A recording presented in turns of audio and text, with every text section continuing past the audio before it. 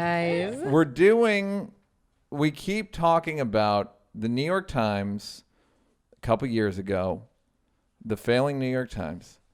By the way, somebody made T-shirts, the failing New York Times, so in funny. the same logo, and it's it's such a great joke, and I should have bought I don't know who made it, but it like the quality wasn't good. They're not good. They're not like, meant for quality, right? Yeah, it's like, guy, this is a great joke. You put this on a nice fabric, print money. If I find good ones, can I buy them for us? Yeah. We'll wear them on the show. Yeah, the failing New York Times. Failing New York Times. Okay, so they had a thing which was 36 questions that will make you and another person fall in love. Uh-oh. And for years, a year and change, 69 episodes. 69, hot. This is episode 70. So we're going to do the questionnaire, 36 questions, and we're going to fall in love. So say goodbye. It's happening. To the old Neal and the old Bianca. It's happening. Goodbye, everybody.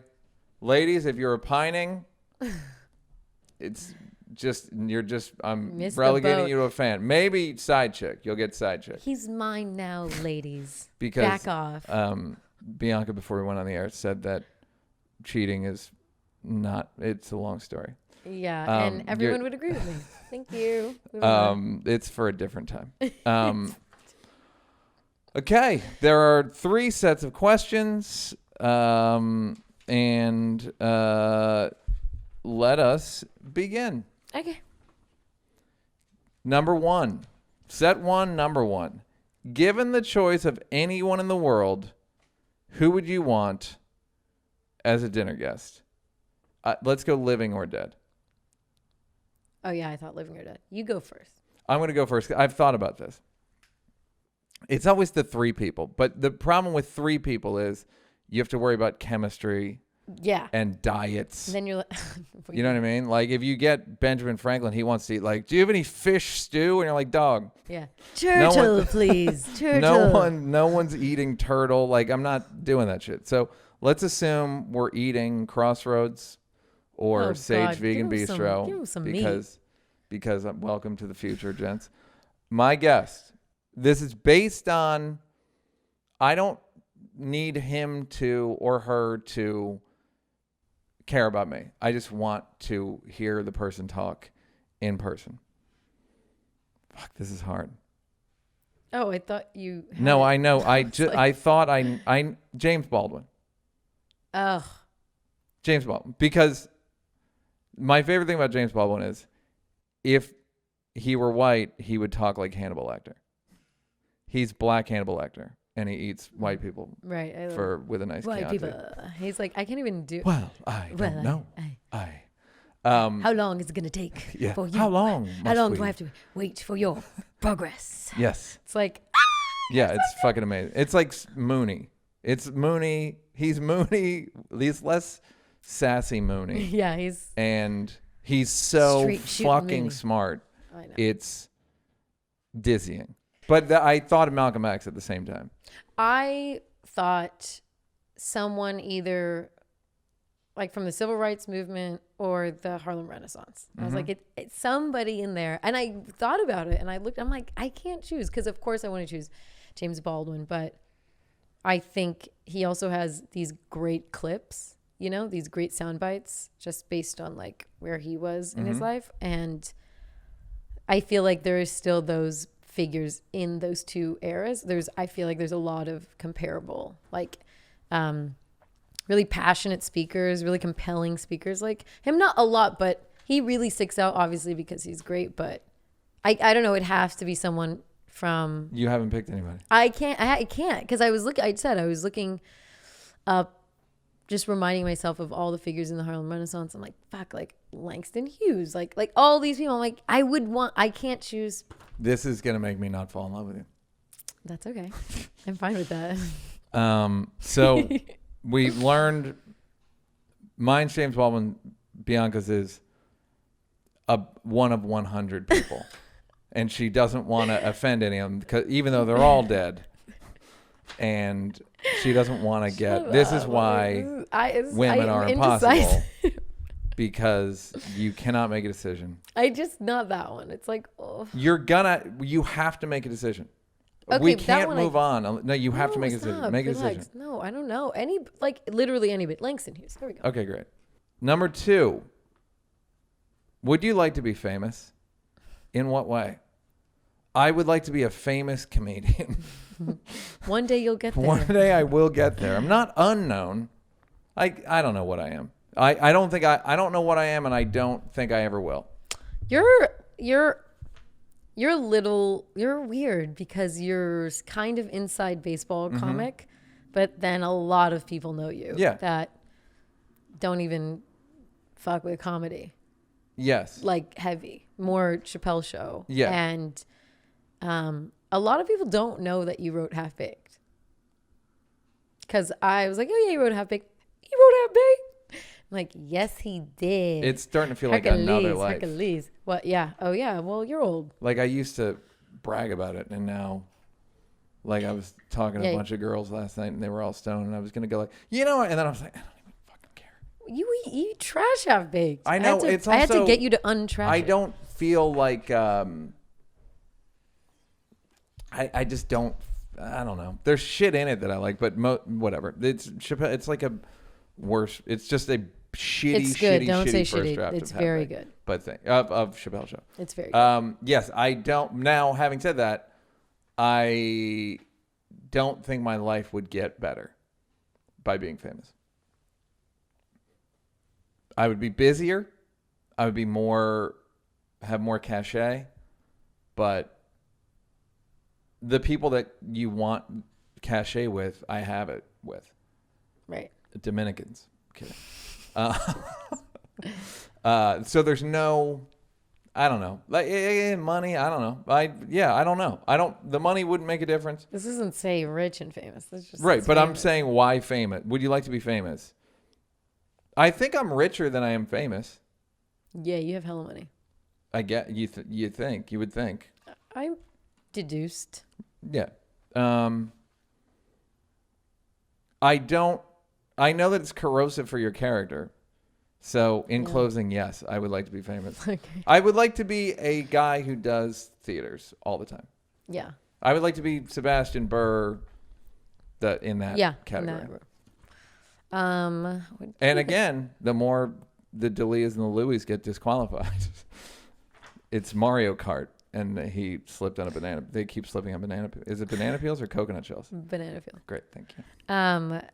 I would like. Let's see. I don't know because to a certain degree, of course, like we do this show. It's nice to be known.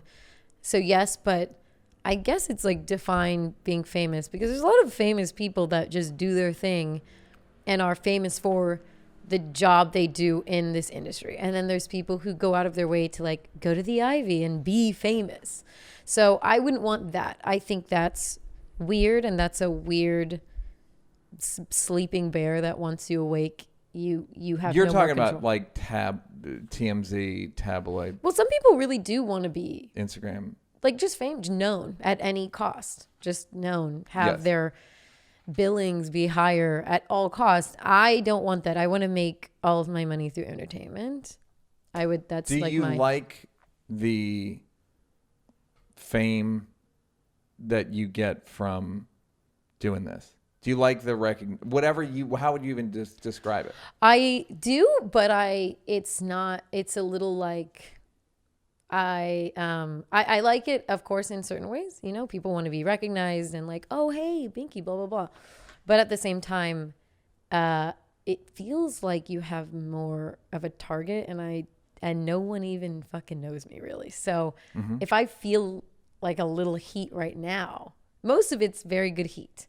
But heat is heat, baby. And when the heat is bad faith and just doesn't kind of just doesn't like you.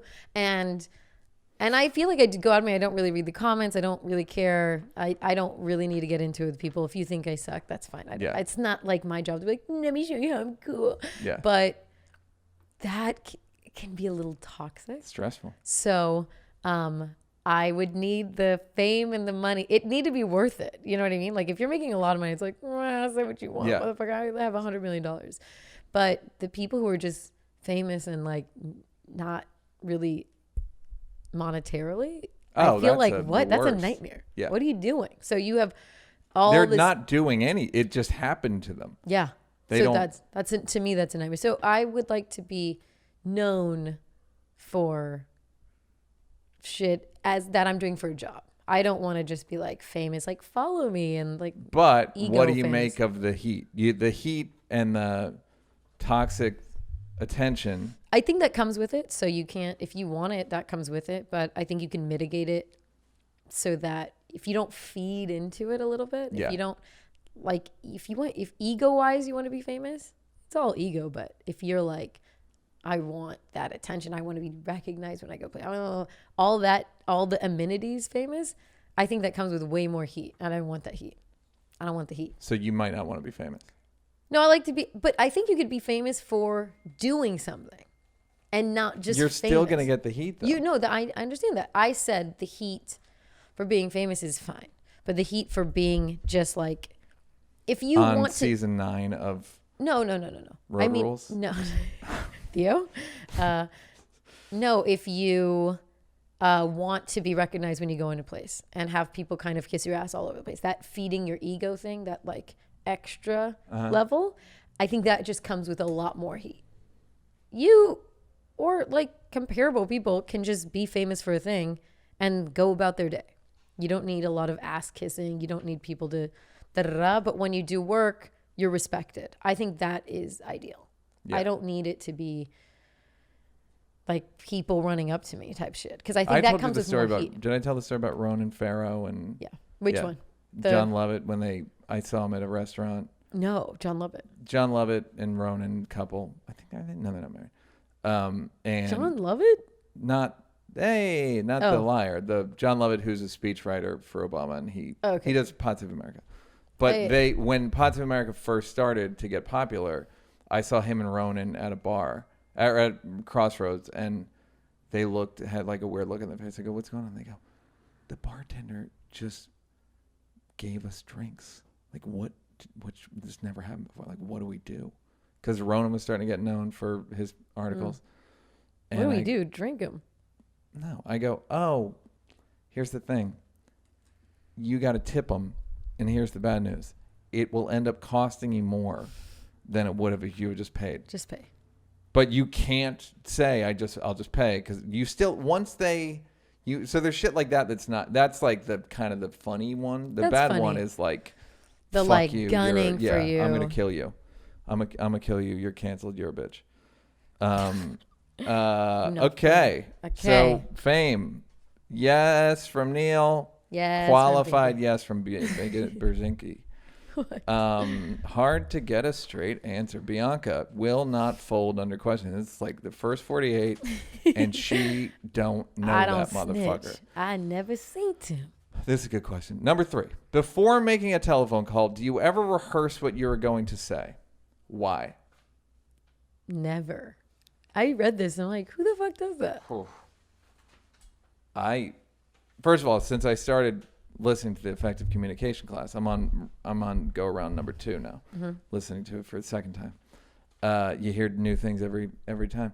I think about it a lot, and then there are times where when I don't think about it, I'm like, fuck, dude, you needed.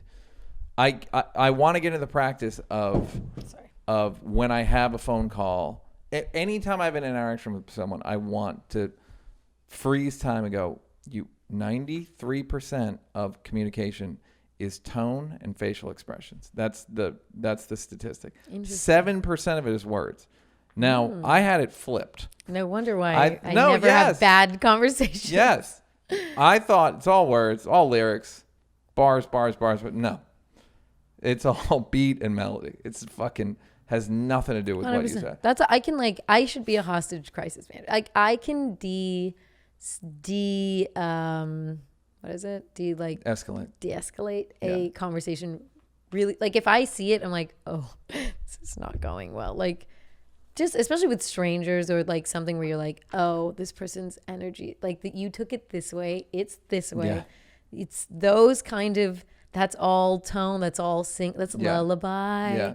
and good night, fall asleep, little baby. Yep. So it really is mostly that. How have you been? It's hit or miss.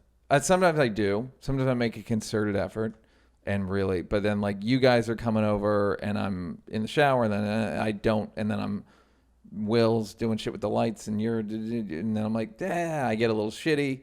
Yeah, a little and snippy.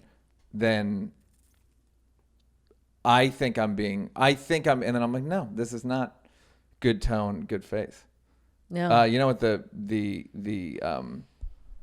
acronym is? FAT, face and tone. But because I'm fat phobic, I've gone with TAF, tone and face.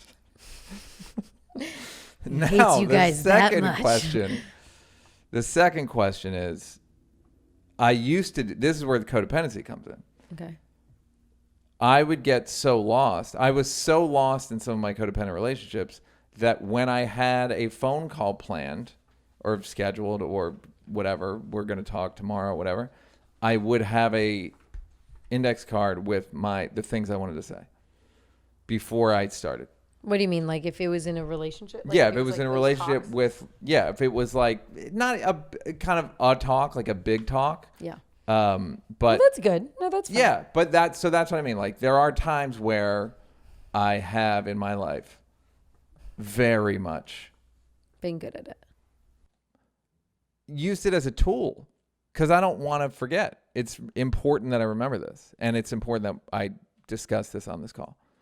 It's funny because when I realized when I was young in high school and junior high, my friend circle that I was with, we were regular kids, but whenever we had a problem with each other, I would say like once every month and a half, we'd all sit down at a table. We all had a binder paper of lists that we needed, of grievances we needed to air.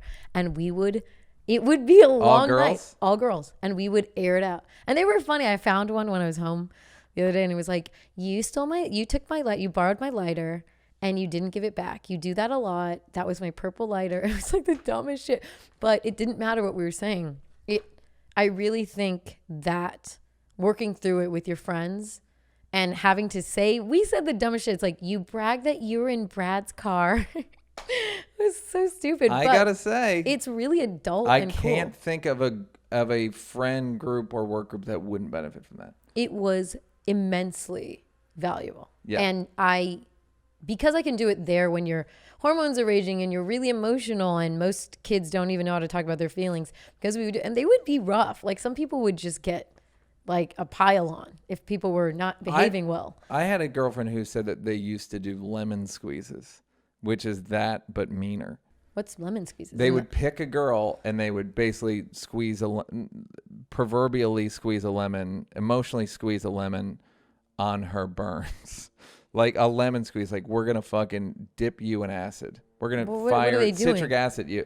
They would just shit on her. They would criticize her. No, that's not what we did at all. No, I get that. This was like the mean girl version of that. Yours sounds constructive. Ours is just like, hey, I have an issue with you. Yeah. It's building. Can we talk about it? And then it's like, let's all just talk. Let's air it out. Yeah. And we did it so often that nobody took it personal. Like once we talked about it, we forgot.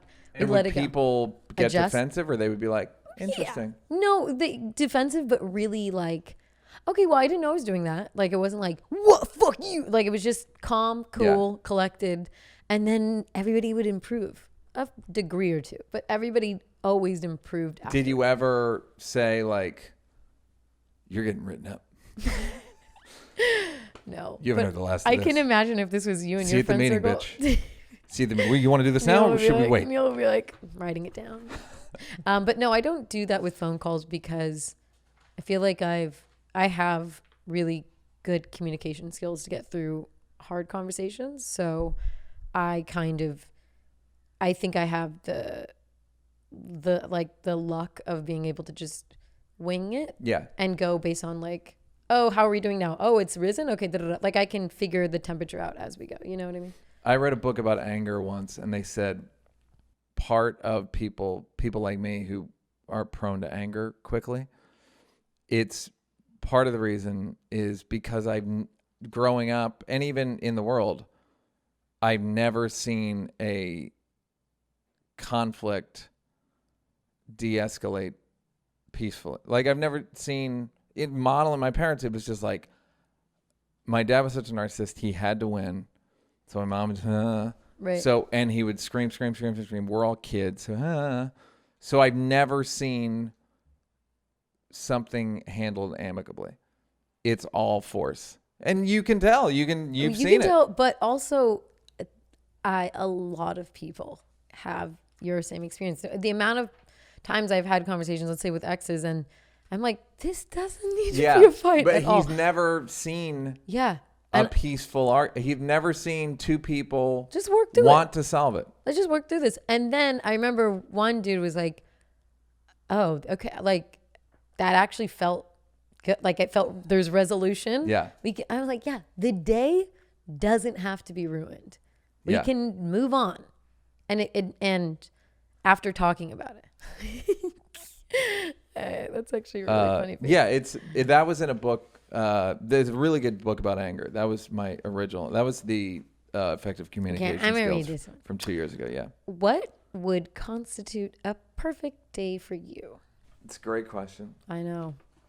I would wake up earlier than I normally wake up. Because I would like to wake up early. Same.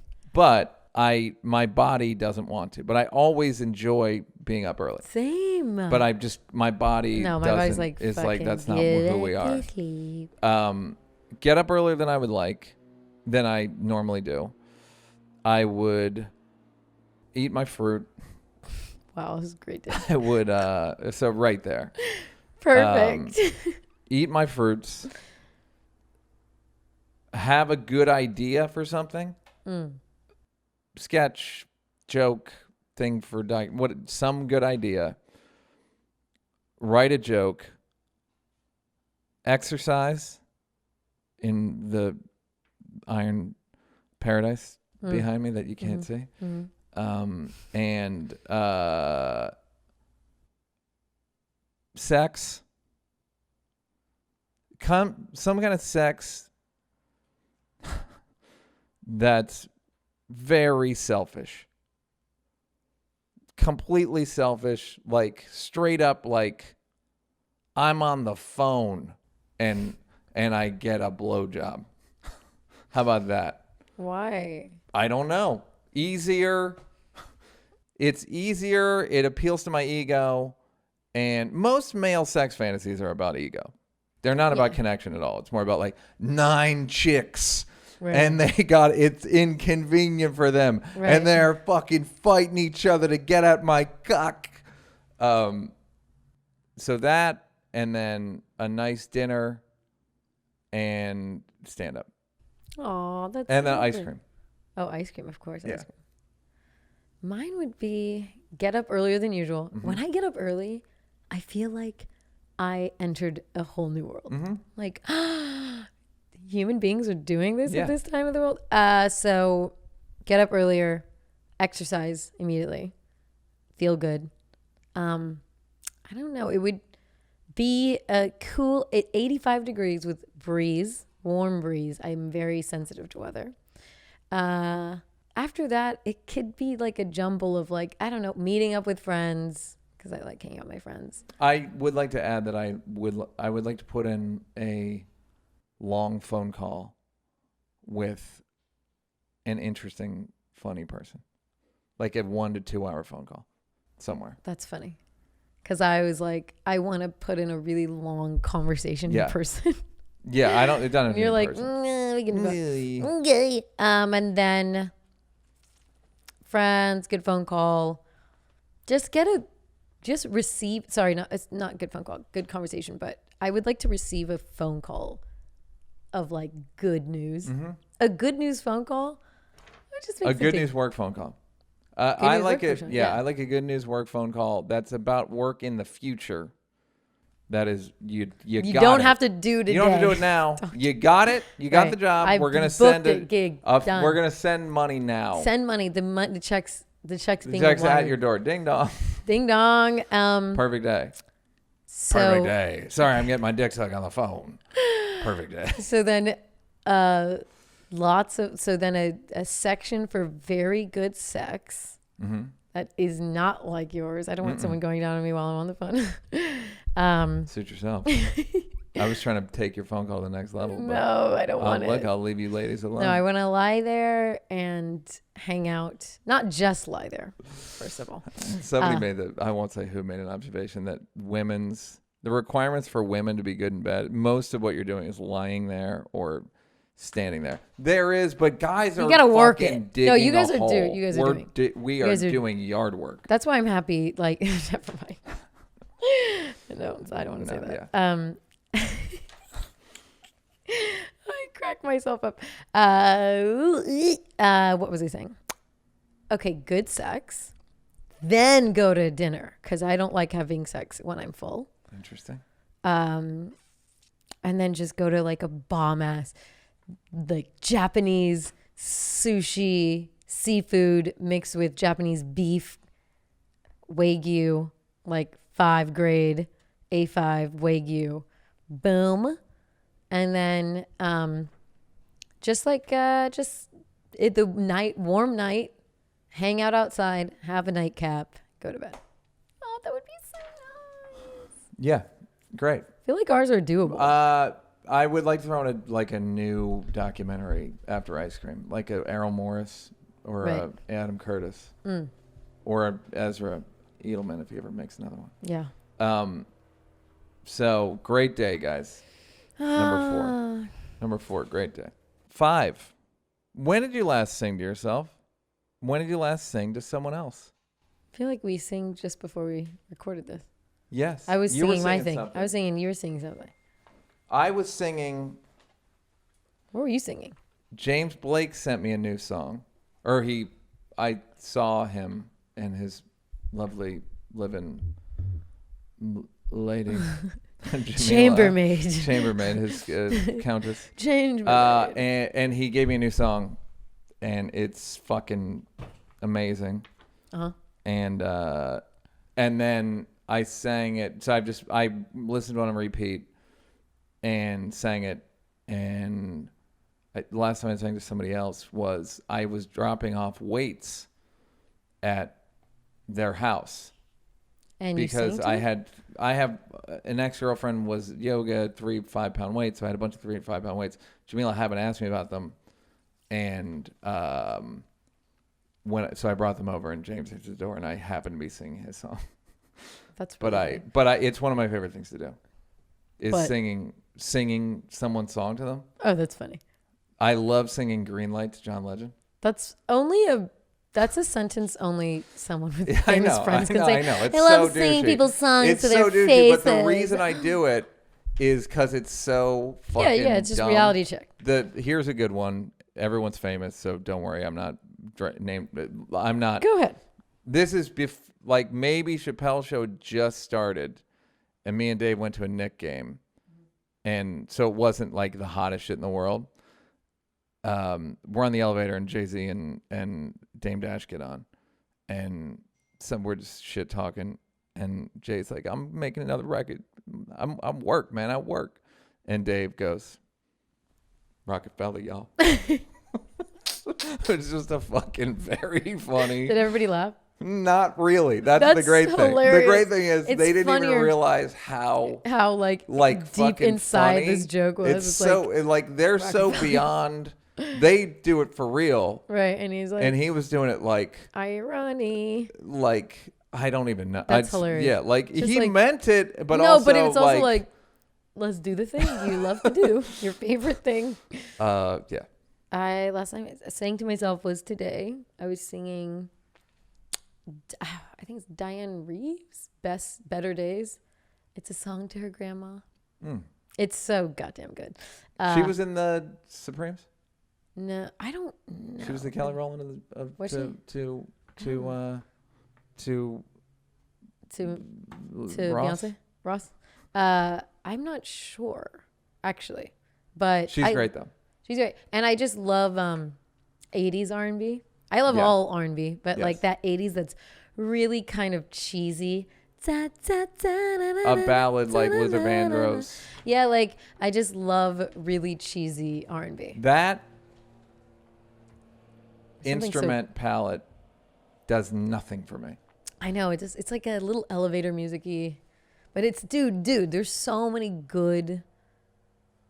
I'm gonna make you a mini playlist. Listen to. I won't. Well, you won't, I just won't. You don't like it? No, I just really don't. It does. Like it just bounces right off me. Like soul music, I could listen to fucking like I could listen this is to strictly to Isaac Hayes that palette like Curtis Mayfield like the fucking Stax record fucking. And if you just said you have to listen for the rest of your life, nothing else, I'd be like, okay. Yeah, but that I would kill myself. It's like really synthy. There's like it's so cheesy. And a lot of echo and with like, you. Congratulations. Yeah. But it's funny too because I always have like these weird 80s R&B playlists on YouTube I make, and the videos are so bad. It's like, an old friend passed me by. And then like, it's just narrating. The videos in the 80s were just what was happening. What happened in the song? In the song at that Let's moment. shoot it. I was at the beach. You know where we're shooting this? The fucking beach. It's so funny. And it's going to be, you're going to be walking by yourself with a dog. Sing to someone else was happy birthday. Last week I sang to my friend. Wonderful. If you were able to live to the age of 90 and retain either the mind or body of a 30-year-old for the last 60 years of your life, which would you want? Got it. Would I rather have the mind? So if I were 85, would I want the body of a 30-year-old and the mind of a 30-year-old? Or would I want the body of an 85-year-old and the mind of an 85-year-old? No, it's saying like at 30, would you want to keep if you were your able to body or live to mind? the age of 90 and retain either the mind or body of a 30-year-old for the last 60 years? Yeah, so at 30, you have to decide. Yeah, what you want. Am I going to age in body or age in mind? Yeah. I would keep body. What? I already have an old mind. I do a podcast and there's a segment called Neal's Old Man Phrases. Now, Will probably won't play it because why would he do that? Boom. See where sarcasm will get you? And shaming, that's the fat shaming face and tone system at work. I often fall short, guys. Hooked on fat. When you've been a sarcastic prick for 46 years, it's hard to just it's really hard to turn that off. Turn it around.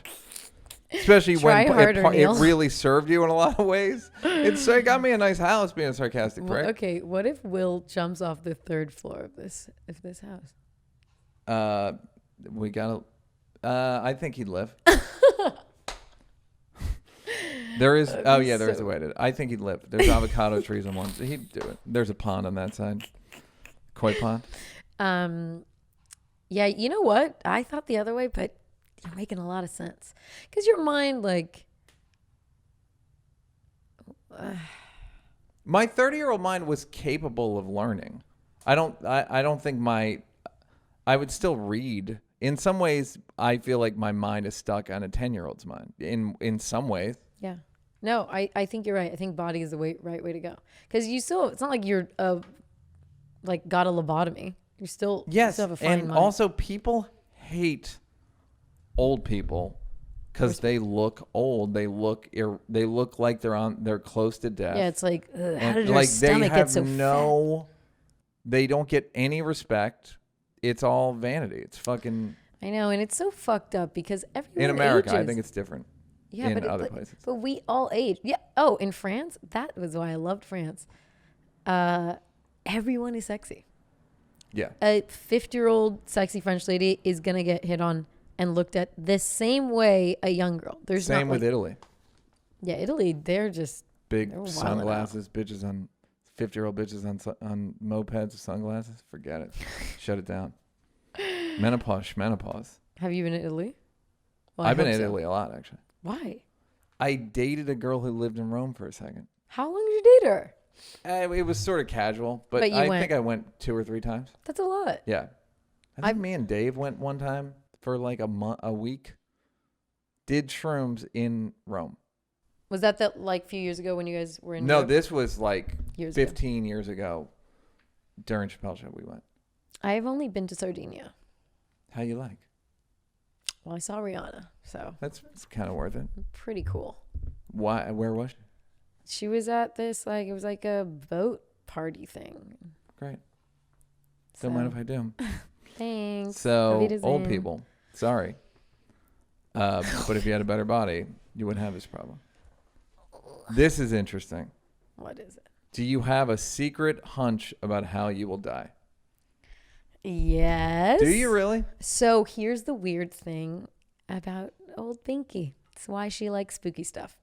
So you don't believe in any of this bull honky, but I've always had a weird feeling about myself. This is going to scare people. I've always had a weird feeling about myself. I couldn't tell if this is how I will die or how I died in a past life, but I always know it was very violent and not very good.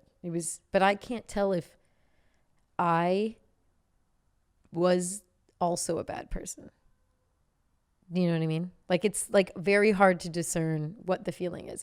But whenever I watch something about someone being kidnapped or someone being held captive and not able to get out, like by someone else, I get the weirdest feeling. It's like it's like nostalgia mixed with yearning. Deja vu.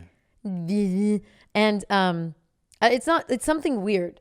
And so I've always thought like that might happen to me. I can't tell what I'm picking up. And then there's a thing in astrology, get ready, buckle your seatbelt, called the North Node. And the North Node is the position of the North Pole when you're born. And that tells you two things, because it has two positions, right? So it tells you what happened to you in your past life and what your purpose is in this life. And you know, that's more hocus pocus to me. Like I'm like, my purpose, come on. But I was reading it, my friend's really into astrology. I'm like, North Node, what the fuck is North Node? And mine was like, it was like you were either a murderer in a past life or you were murdered in a past life. And when it said that, and I've always felt this way, and when it said that, it really did freak me out. So I'm choosing to feel like the feelings that I feel like, oh, am I going to be met with like an untimely end in like a violent way? I think they're past life shit coming on, but you have to believe in that. You have to believe in a bunch of shit to feel that, which I do. I'm reminded of a joke by HowNealFeel superfan Jimmy Carr. Jimmy's going to love this Which story. is, how do you know if your house is haunted? It isn't. None of it's, I don't buy any of it. I know. That's I have the best no part. hunch about how I'm going to, whenever I think I'm going to die in a hospital, then I go, because I think that I'm going to get hit by a bus. It's going to be, whatever I think is going to happen, that's not going to happen. Sometimes in life, what I think is going to happen is absolutely not going to happen. And sometimes in life, I have a complete premonition about something happen, or not premonition, like a feeling based like, on info. Yeah, that'll probably happen. You're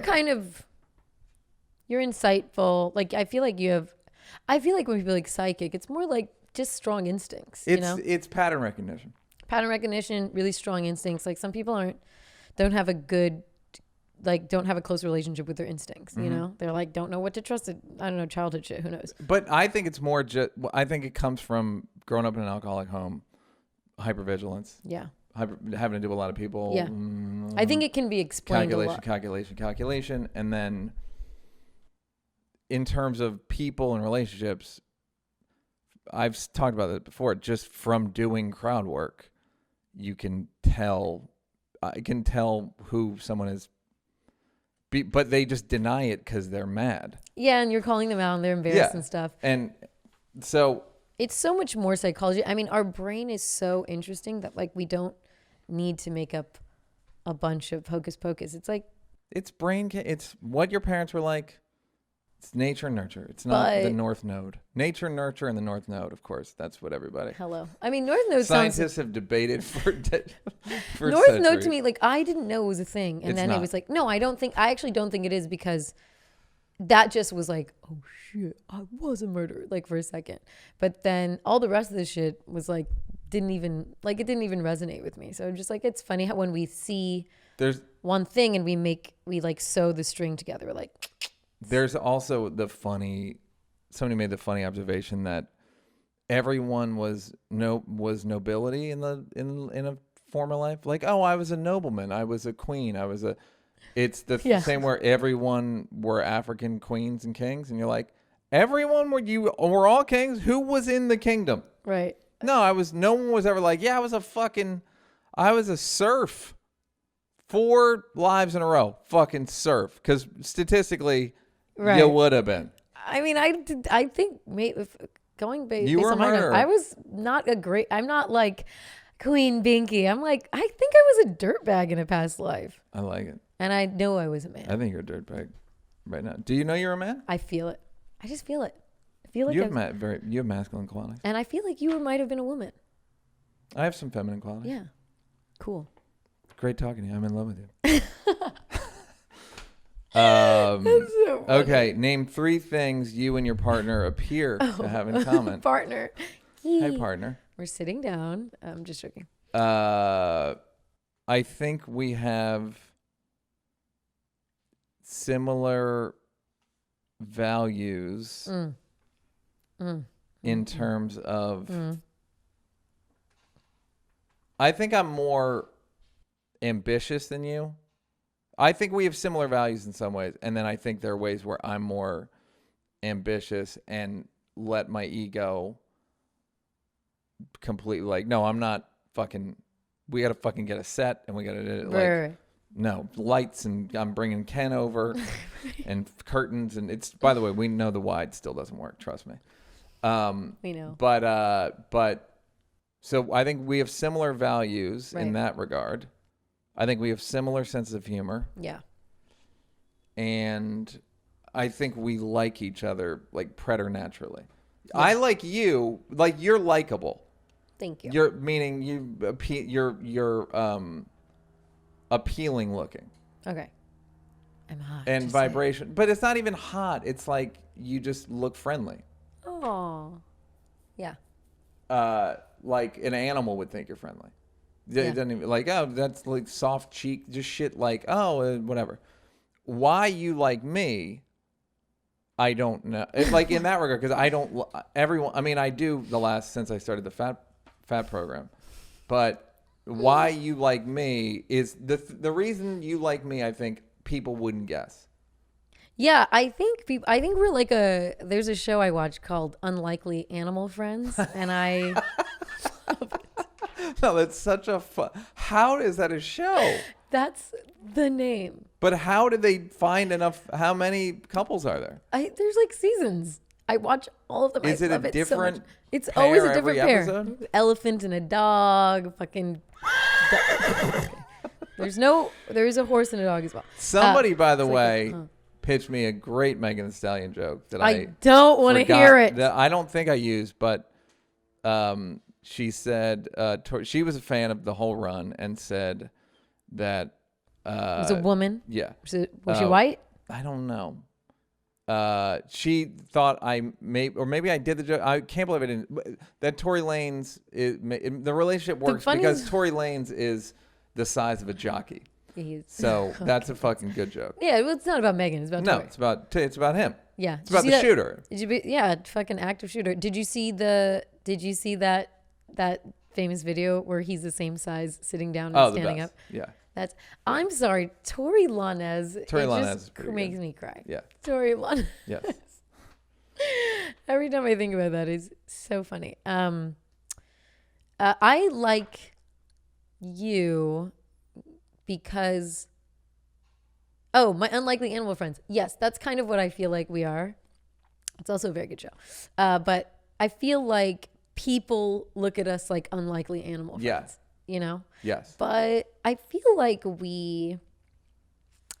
so I think we have a very similar bullshit meter. Mm-hmm. You're more aggressive about it, but having give it a month. Having a similar bullshit meter actually bonds you so much more, because it's like you're like, what just forever, like, you know, that sort of phase. But I like you because you're no frills. It's you. This is it. There's no like secretive, oh, and now the real Neal. Yeah. Here's the real Neal. And you're so much easier to hang out with than I think people would ever think. You're so easy and low maintenance, almost no maintenance. No maintenance. Way more giving than anybody gives you credit for. You're so giving, but you do it with this like face, like just like, I don't know, just take it. This is Neal. Yeah, this is Neal. Like there's a the pile lyrics of money. where I fucking gave you whatever the lyrics. I fucking here. Yeah. But I'm not. No, that's the thing though. In the future, you're never. It's all face and You're tone. never him. I don't know how they got. How him. did they get a smile of like? What the guys came to install curtains. The guy's like, "That's supposed to be you." Pretty great. That's so funny. Yeah. No, but your giving is like, I don't know. You want it? Stay up. Yeah. I don't know. Yeah. And it'll be like piles of cash, and you're like, really? Thank you. So you're very. I feel like your personality is actually very sweet, nice, and like easy. No drama. This is the most dramatic you ever are. This is like you're really on the show. On the show. You're not. You're right. You're actually right. You're never this. No. You're just so chill and relaxed. Like, oh yeah, I don't know. You need like so easy. You need a snack. You want water? You want shoes? No. Take my lamp. Like you're nice. Give Will a globe. Yeah, Will took a globe. He pillaged. Oh, that's nice. So, you're actually also appealing personality-wise that no one gives you credit for. Yeah, well, yes, I agree. Look, I'm nice. I have a lot of high maintenance friends in my life.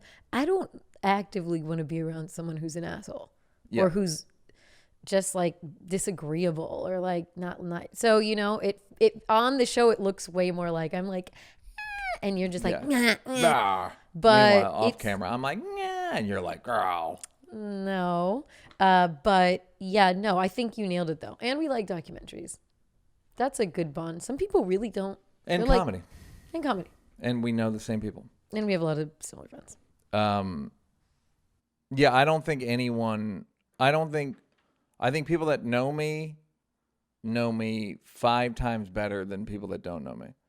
Meaning, there are, I bet if you took a poll and took black people and said, why do black men like Neal Brennan? 70% of them will be, I have no fucking idea. Crickets. Like, I don't fuck this guy. I don't understand it. Or whatever. And anyone. These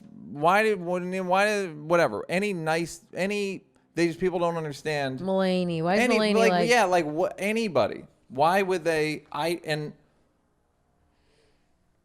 Because I'm helpful. You're really helpful. Interesting. You're helpful and interesting. Yeah. I mean, again, it's not. But guys, in a month, you're going to be like, I used to watch a podcast called HowNealFeel. Seems different. This guy's charismatic. It's coming. Good question. Number 9. We're only on number 9. This might be a 2-parter. Yeah, this might be 2. But I don't mind. It's worth it. This is fun. Yeah, it's this is fucking great. For what in your life do you feel most grateful? Your watch that Ellen gave you. I honestly, it sounds so cheesy, but being alive, there's so many, I always feel like when someone dies, we feel bad for like their family. It's like, oh my, I'm so sorry. It's like that guy died. Like, feel bad for him or her. I always feel bad. We feel bad. But I feel bad. Like it was the Jeffrey Epstein thing. It's like he died. Well, I didn't get justice. He's dead. It's over. That's pretty good. I mean, he gave himself the death penalty. You're tainting my point. Jeffrey Epstein. Yes, like, you were talking about Jeffrey Epstein. I'm so grateful for him. I don't know. I just feel like sometimes I look at life as, it's just this trajectory, and some people just get taken out of the race. Like some people are taken out of the trajectory and we get to keep going. And somebody yesterday died a terrible death, I'm sure. And, you ate fruit and I did laundry. So I just think, I'm not saying value all the time you have. That's when people it's impossible. live in it's like appreciating your health. It just cannot be done until they take it away. But just take time to. You don't have to live every day like it's your last. You don't have to sit there and be like, "Thank you, Jesus." But I think you can take time to be like, "You're still here." Everybody else who's dead don't even get to pick up a nectarine and cut it, or do a podcast, or think what should I have for dinner? Their time's done on this earth. So I just think that's you could be grateful for a lot of things in it, but you wouldn't be grateful for those things if you didn't have life. So I just think it's something to be grateful for. Yeah, I did stand up last night, and in a it's not legal, and don't snitch, y'all. And I was actually grateful. I said, I'm really grateful to be here. I guess, how Oprah for years has been saying, be more grateful. Yeah. I was like, I'm actually grateful to be here. I was like, it'll pass. Don't worry, it'll be gone soon. I'm very grateful for that. I'm very grateful for being funny. You funny. And as I talk to superfan Jimmy Carr, JJ, the level of fortune, and I don't mean literal fortune, the level of good fortune that, just for instance, he and I, but really most people listening to this, being alive is fucking you beat the odds, and living in the West or living any sort of is, in terms of life experience, is very high. And then I have ringside seats for the world. Sometimes I'm in the ring, and sometimes I'm in the front row of the fucking world, the shit, the people and the things I've heard, things that Obama told Trevor, and Trevor, just shit where it's oh, okay. Yeah. Shit that's Jesus. I'm very grateful. I'm very grateful for that, the ringside seat. But I'm more than anything, I'm grateful for how I was able to get it, which is by being interesting and by my personality. I'm grateful for my personality, which, by the way, a lot of bad, as we've enumerated on this show. But I'm grateful for the good parts of my personality. Yeah. That's probably the thing I'm most grateful for. And that's my answer for number 9. Okay, number 10. I'm actually going to do good. If you could change anything about the way you were raised, what would it be? Wow. How much time we got? Anything about the way I was raised. Wouldn't you change a lot? Yeah, I would change. Yeah, I would change most of it. All? Next question. Okay. I would change. I wish there was more love in the house. I wish there was more. I wish there was more. There was the weird Christian Catholic thing, but that was more about rules and regulations, which you love. But have I ever showed you the rules that my mom had? Mm-mm. Hold on. Okay. I got it framed and laminated. All right. So these are my mom's general rules from probably 1984. So these are the general rules from my Catholicism. Yes. Handwritten. Wow. So on one side, the rules, other side, disciplinary action. Right there. It's basically disciplinary action? It's a prison. Prison. So fucked up. Number 1. My mom's basically nice. She's just so Catholic and spare the rod, spoil the child. pride cometh before the fall. Just all these fucking crazy maxims. Talking about old man phrases. Talk about. Boy, that Bible's got a few. No TV on school nights. Okay? All right, fine. 1 hour of TV in the afternoon. What do you mean? In the afternoon, you get an hour. For school nights even? Afternoon, 1 hour. After sundown, no TV. Okay. Disciplinary action is no TV the next day if you go over. They're pretty reasonable. 2 hours of TV total for the weekend, and you got to notify her which ones. Which ones? What? What you want to watch. Wow. And disciplinary action, no TV next weekend.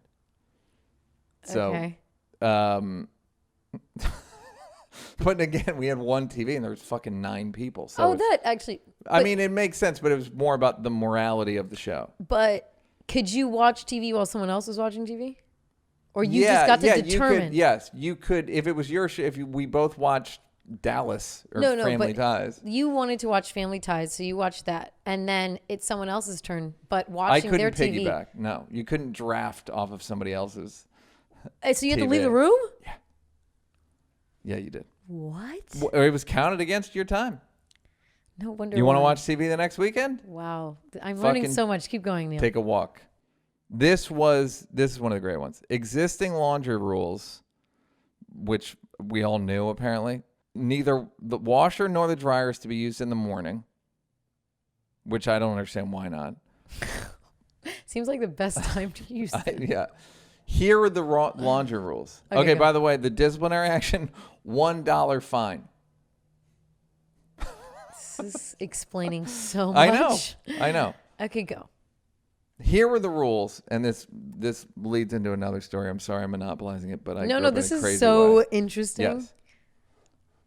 If you did laundry, we all did our own laundry starting probably age 9. If your laundry was in the washer and you weren't on top of it when the cycle was done and you didn't put it in the dryer because there was just all this anger and Catholic spare the rod shit, people wouldn't put it in the dryer for you. They would just put it wet on top of the dryer. Just on some no, you fucked up. Okay? I mean, that one's like... Yeah, no, but that was like the culture, okay. right? Yeah, put it in the dryer. Again, that's what I'm talking about love. It's like, I'm your brother or sis. Yeah. Do you would mind? do it, but you know what I'm thinking of? This reminds me of, that's like when I lived in dorms. Animal Friends? No, this is not Animal Friends. This is like when you lived in dorms. I mean. It's like, fuck this guy. Yes. It's like, I always say it was like a group home. Damn. Somewhat. Again, group homes are awful, but...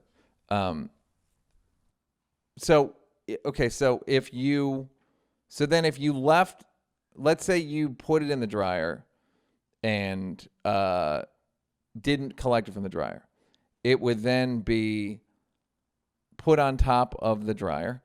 Okay, like you're just dumped. Half the time it would get behind the, you know what I mean? Then you got to climb like a sock. If it stayed on the dryer for too long, there was a laundry chute. My mom would throw it down the laundry chute into the basement. Just like cold concrete. Your clean clothes are now dirty. And if they stayed in the bottom of the laundry chute for too long, confiscated. Your clothes? Yes. So what'd you... 1 year, you're going to think I'm making this up, Anne, who you met. 1 year for Christmas... Anne got a box of her old clothes back. That was what she got. And also, she lived on because there's so many of us, we had a 3-story house. Anne got a fire ladder for out her window. And a box of her old clothes back. Like in case there was a fire? Yeah. Like a True Value, Home Depot, throw a fire ladder out your window and climb down. She got that and a box of old clothes, and I remember she called one of her friends, and her friend had gotten a BMW. Wow. Yes. That's one. That's plus, and now you can't use it in the morning because things weren't draconian enough. Seriously. Okay, a $1 fine, which back then was a lot of money. Sandwiches are to be made for the week on Saturday or Sunday for your lunch. All your sandwiches? For the week. Make them. Friday bad. Put them in the freezer. And then every day you would take one out for lunch to go to school. Was it delicious? What do you think, Bianca? Bianca? What do you think? Do you think it was delicious? Here's the thing that you think it's not a matter of, you think it's a matter of deliciousness. This is the thing you're not thinking of. Hey, can a sandwich automatically defrost between 8 a.m. and noon? Bianca, can it? No. So you would end up with frozen sandwiches? You wouldn't eat the frozen part. You just eat the outer rim. This is awful. This is abuse. Teresa's not so nice this after is all. Abuse. And the disciplinary action, in quotes, not kidding, starvation.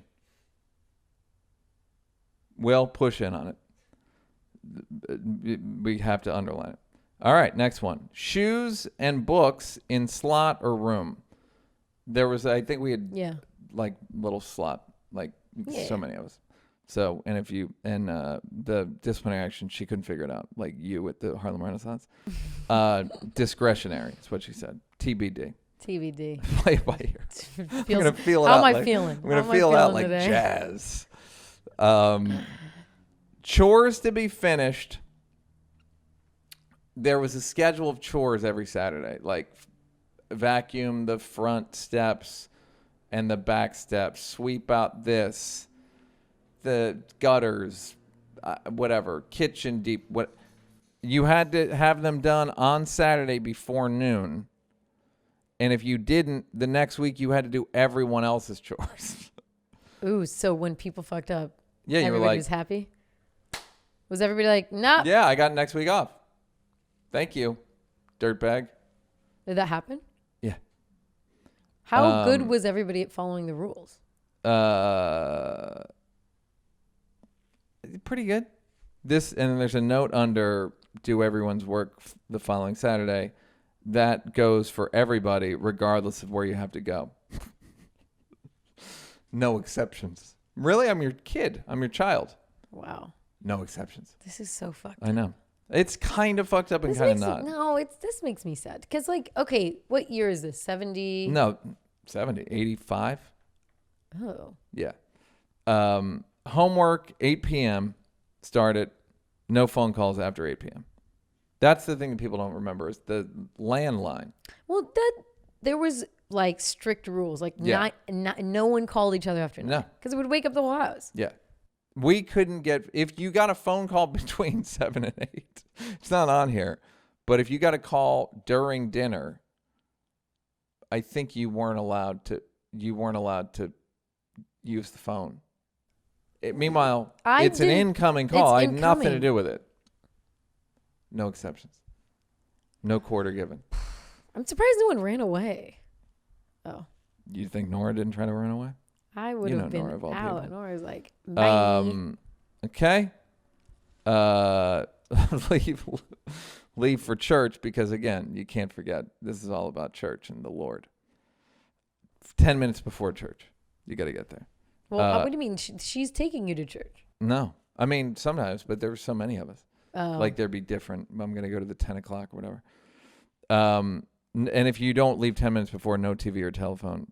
And you're grounded for a week, or as she called it, or out for a week.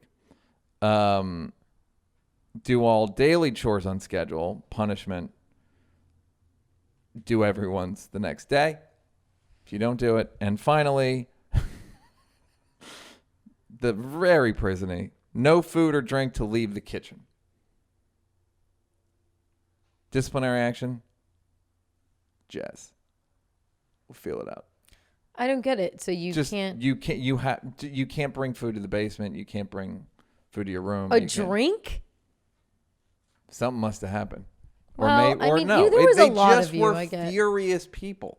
I get it, but also, hey, you know what? Don't have fucking 9 kids. Sorry, No, it's gonna come 10. with They were too many. If you're yeah, it's just too many. It's too so many it kids. would. I don't. There's none that I want to sacrifice specifically. Like, did we need him? I think he seems a little superfluous, isn't he? He's a little redundant. No. Did we need him? But this is fucking crazy. I mean, it's just so. This isn't even so much about the church or whatever. It's just about my dad's one of 13, alcoholic dad, abusive, mother didn't love him, said I don't love you, tried to give my dad away. Oh. He was a family came to like take my dad for a spin. And they brought him back and it wasn't a match. Wow. It's just not that into you, Dad. Yeah.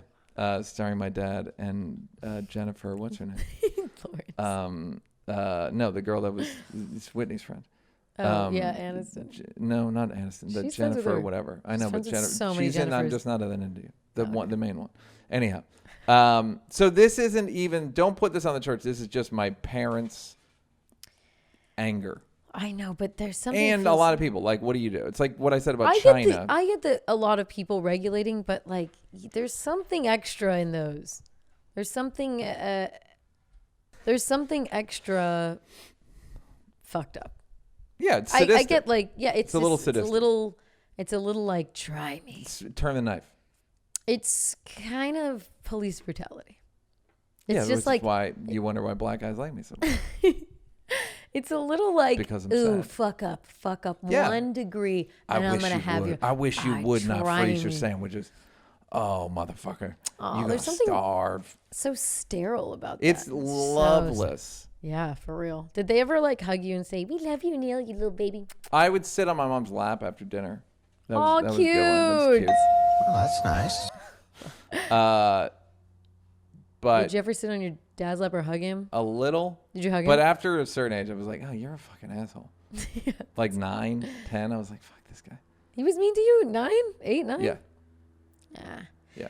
I just, Yeah, something it's about just that's like you so see sad. you see that and you go, oh, I don't know how you're gonna be how lucky you're gonna be in romance there, buddy. They just didn't. It's like it doesn't set you up well. It sets you up well for discipline in terms of like yes, accomplishments. We're in a yes, 3-story house. yes. You're rich. So it's really like it's good for that, but I don't know if it's good for connecting with people. Even though you connect with a lot of people, there's parts of you that are difficult. Just there's Yeah. parts of everybody that are difficult. Everybody has difficult parts, but maybe yours clash when it comes to like sharing your like mind, body, soul, space, like life with someone. It's Like, harsh, it's is what it is. It's harsh for children. I don't think kids shouldn't have rules, but no, but that is but that's like, come on, really, man. and the reasons are sundry, Mm. but they are, but it's just like, okay. Okay, so we're just gonna like just this is the weird thing is, we don't have kids, and you think about like I wonder why. But you think about when you have a kid, it's like, ooh, like a little baby. Like, at some point, they didn't know what having a kid would feel like. And then it falls into this just like tolerating these kids. Just like, all right, we got to do this. Yeah, Da-da-da. it's no like, training, no. like, why have so many kids? Because they weren't allowed to use birth control because of the Bible, I feel like they could have because done of the 2,000-year-old book. Okay, well, mine. How about you? God, 2 an hour later. Too much spicy food. No, mine is easy. I wish my parents would have spoke their native language to me more. Because my Farsi and my Spanish it's choppy. My grammar's weird. But I was in Persian school, and I've taken Spanish a lot. But it's still like, it's just better when it comes from your parents. Like they yell at me, and so I know how to yell at someone in all these languages. But I can take. If you're speaking, you only know Farsi. You're only speaking when triggered. No, and only my grandmas really speak to me. So, and my grandmas think I'm great. So I'm always like telling them like, oh, correct me. And they're like, no, everything's perfect. I'm like, no, grandma. Granny don't. Granny don't. 2 weeks of Granny. Farsi style. Okay. 11. No, 12. Take 4 minutes and tell your partner your life story in as much detail as possible. It ain't going to happen in 4 minutes. No. Also, I have a podcast. You should listen to it. And if you have one, I'll listen to it. Number 12. If you could wake up tomorrow having gained any one quality or ability, what would it be? Mine would be, I think, and I hate to blame it on a thing, but there's some part of, I think, my ADHD that I'm really motivated. I have a lot of energy, but it's really hard to focus, and I procrastinate a lot. So I wish I could just channel a lot of my energy into being more diligent at getting to work. Once I have to really force myself, and once I do, I'm fine. But that hump of like, it's perceived as laziness. But it really is hard for people that with ADHD to like get to it. There's a good book. I didn't read it. Mike Gibbons read it. And that's as good as me reading it. I'm kidding. Mike Gibbons, comedy writer, and does a podcast with Fitzsimmons. Oh yeah, he does. He has a few. Yeah. That procrastination is basically you have a fear of failure and fear of imperfection. And so you've got this fear of imperfection that's kind of crippling you. And then at a certain point, the fear of being someone who didn't do the thing just overtakes it. So you have to do it. I'm not going to lie. I absolutely don't have a fear of being imperfect. Like I'm like good enough. Great. Like I don't have this. It's something I've noticed compared to my friends. Like I have friends that are like, it has to be perfect. Yeah. It has to be. And I'm just like, it's fine. Yeah. Like, what? Are you crazy? It's not fine. I'm like, dude, relax. It'll be fine. Like I don't have that fear. In my brain, it's that I want to try. I'll be sitting at my computer. It's like, okay, do it.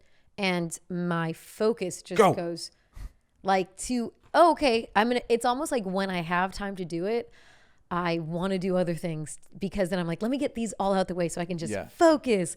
And then like cut to 3 hours later, I'm like, fuck, I'm not focusing. It's a real straight up focus. And then when I was younger, I took Ritalin.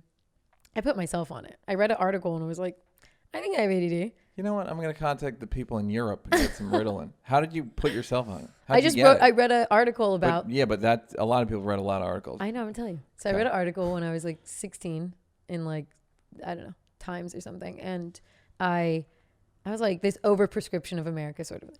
I'm like, oh. And then they talk about ADD. And I'm like, I always think I have that because I was the most distracting kid, always cracking jokes, passing notes, like could not focus. And I was like, let me try this shit. And so, I don't know, I just made a call to my doctor and I was like, therapist, psychiatrist. You just said, I think I have this. I just thought a hunch. Yeah. And then she gave me an interview. She's like, sure. And I just knew it'd be easy to get after reading that article. Yeah. And then my grades went from like C's to straight A's. Interesting. It was weird. And because I was underage, they make you take a questionnaire for your teachers about like monitoring my behavior. And it was all like for children because mostly it's not usually diagnosed in your teens. So it was like plays well with others, shares toys. I was like, this is so funny. But sex toys at this age? 16. So yeah, because it was just pediatrics. Shares, steals lighters, doesn't give them back. So my grades were so drastically changed that I was like, oh, this fucking dumb yellow pill is literally like, it unlocked everything. And that's when I realized, okay, I have to focus. But it really did create, I think, neuropathy in my brain because then I stopped needing it as much, even though I use it now sometimes when I really need to focus. I think you can also learn shit, but it's focusing. I have a huge focusing issue. Yeah. I wish I was more pleasant, as we've discussed. And I just wish I had a sunnier disposition. I have a question about your sunny disposition. Can I Dr. Phil you for a second? So let's say someone does something that's totally innocuous, but for some reason it's like makes you want to be like, you know, does that I feel like it comes from a place of, are you annoyed or is it anxiety of just like, I don't know what they want me to do? And so feels like that sometimes. What it is I deal with it with Will. I deal with it with, I was doing for the documentary with somebody I made fun of called Captain Car Accidents. No one had a problem with it. Right. Fine. Broke his back. Kevin Hart. Right. Worked together, friend of mine. But so I was making a deck and I had to just, I needed it to be good, and I needed it to be how it would look fun and interesting and compelling. And I couldn't it took like 8 versions back and forth and then I did it with you, Will, where I'm like, what can I do to get you to do this? What can I do? So I worry that I feel sorry for myself. I'm like, you can't nobody cares. Like I sound like Trump. Nobody cares. Yeah. Nobody cares but me. I don't know how to get what I need from people, and I'm gonna look bad because of it. But you're so quick to, I feel like a lot of it can be explained with just people don't always understand and comprehend. Even when they do, you'll be like, hey, can you do this for me? Oh, you want me to do that? Like, not everybody communication wise. I know. And that's, I don't know if anybody watched the David Blaine balloon special yesterday. It was on YouTube. What? No, I missed the motherfucker balloon floated special. up 28,000 feet. It's Was balloons. he holding one balloon? No, it's a bunch of balloons, and he's actually harnessed it. But it's fucking crazy, insane. Okay. Nothing below, nothing. The amount of miscommunication in a life or death scenario was making me. What? You couldn't believe who was communicating. Him and the 8 assistant director or the what guy. What was you can't even. The guy kept going. The main guy. It was so crazy. Before he's on the ground, so he's got basically weights on him. Right, to regulate. Sandbags, 5-pound sandbags, and so they're trying to figure out and the main guy, white-haired guy, goes, we need 5 pounds. He keeps saying we need 5 pounds, and so they're like, oh, so all right, so here's the 5-pound weight you asked for, and he goes, no, I mean a 5-pound balloon. What? Oh, what? Which is like.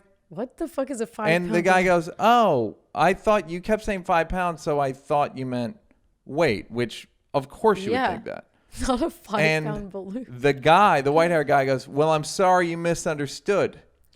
Wow. And it was just but that was the beginning of like, oh. And then David Blaine's like released, so he's fucking 8,000 feet up in the air, and he goes, should I release a weight? And they go, Dave, we're going to have you hold off on that. And hold off. Okay, fine, whatever. And then he's like, okay.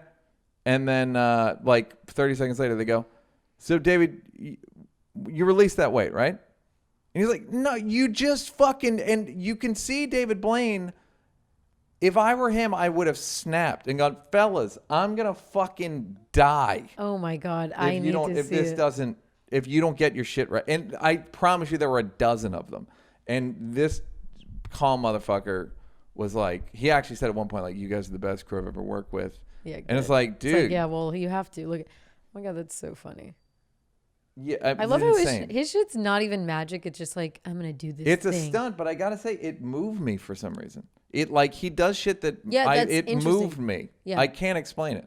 It's great. But it's mostly great for the lack of You would have freaked out though. The communication. I would have been like, "Yo, mother!" I've yelled it at ADs before. You're an assistant director. Assist me, fucking! I'm begging you.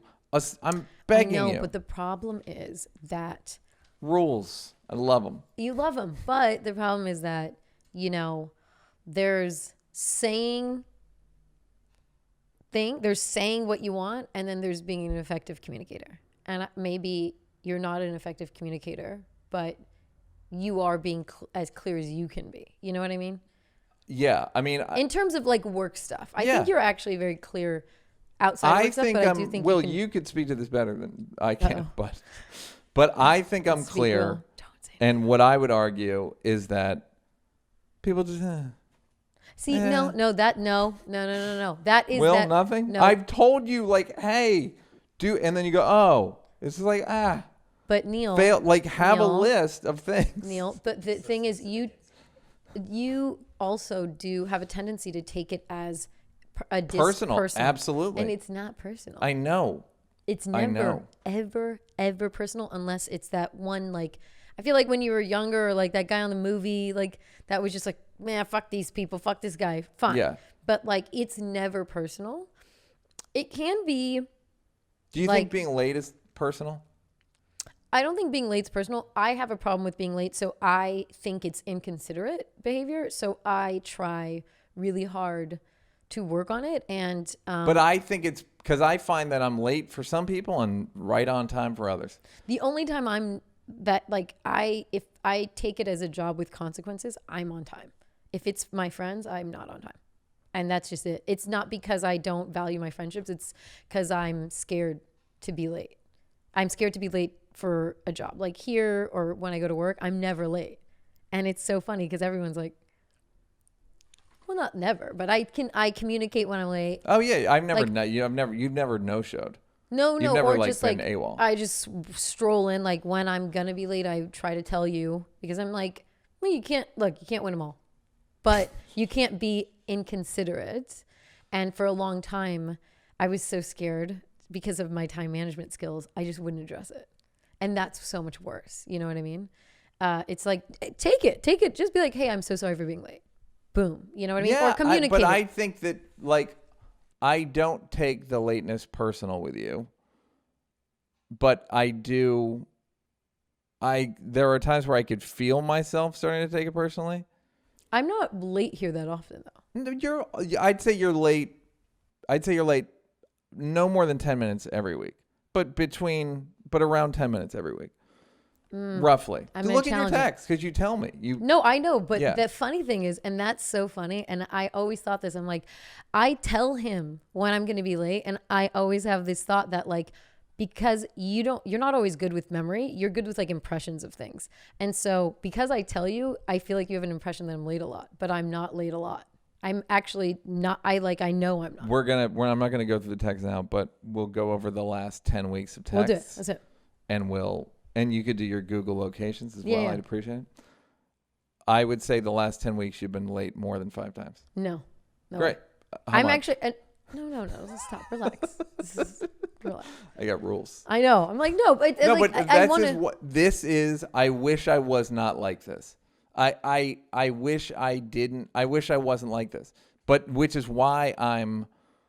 reading the books and there was a podcast called Against the Rules that Michael Lewis does, and there's a thing about performance coaches, and I'm like, I think I got to go to a performance coach because I get good with a new operating system. Like I can ingest it and put it into on its feet. But this is the issue. So let's just take the late thing as an example. Mm-hmm. I would say of the times I come here, 90% of the time, you're not ready.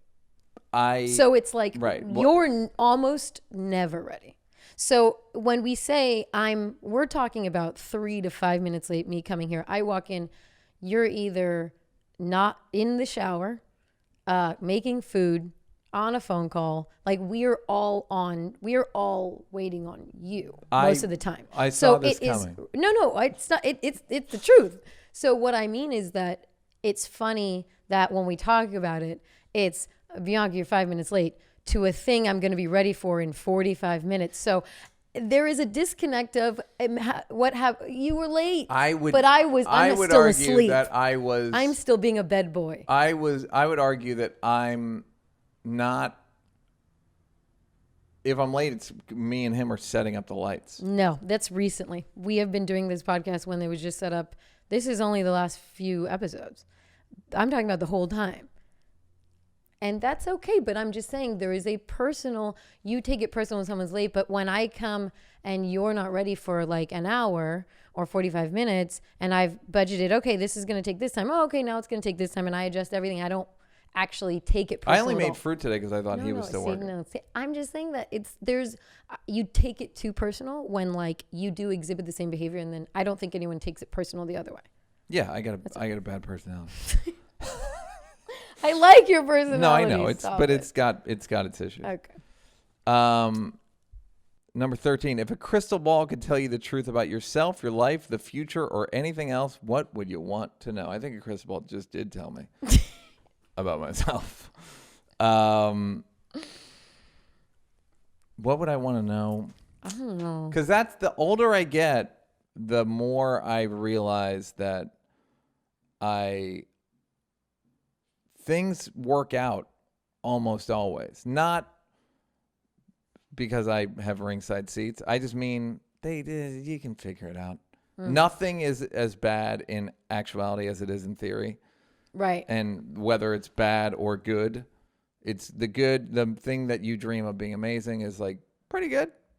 And the thing that you dream about being horrible is not that bad. Survivable. Right. So I don't know.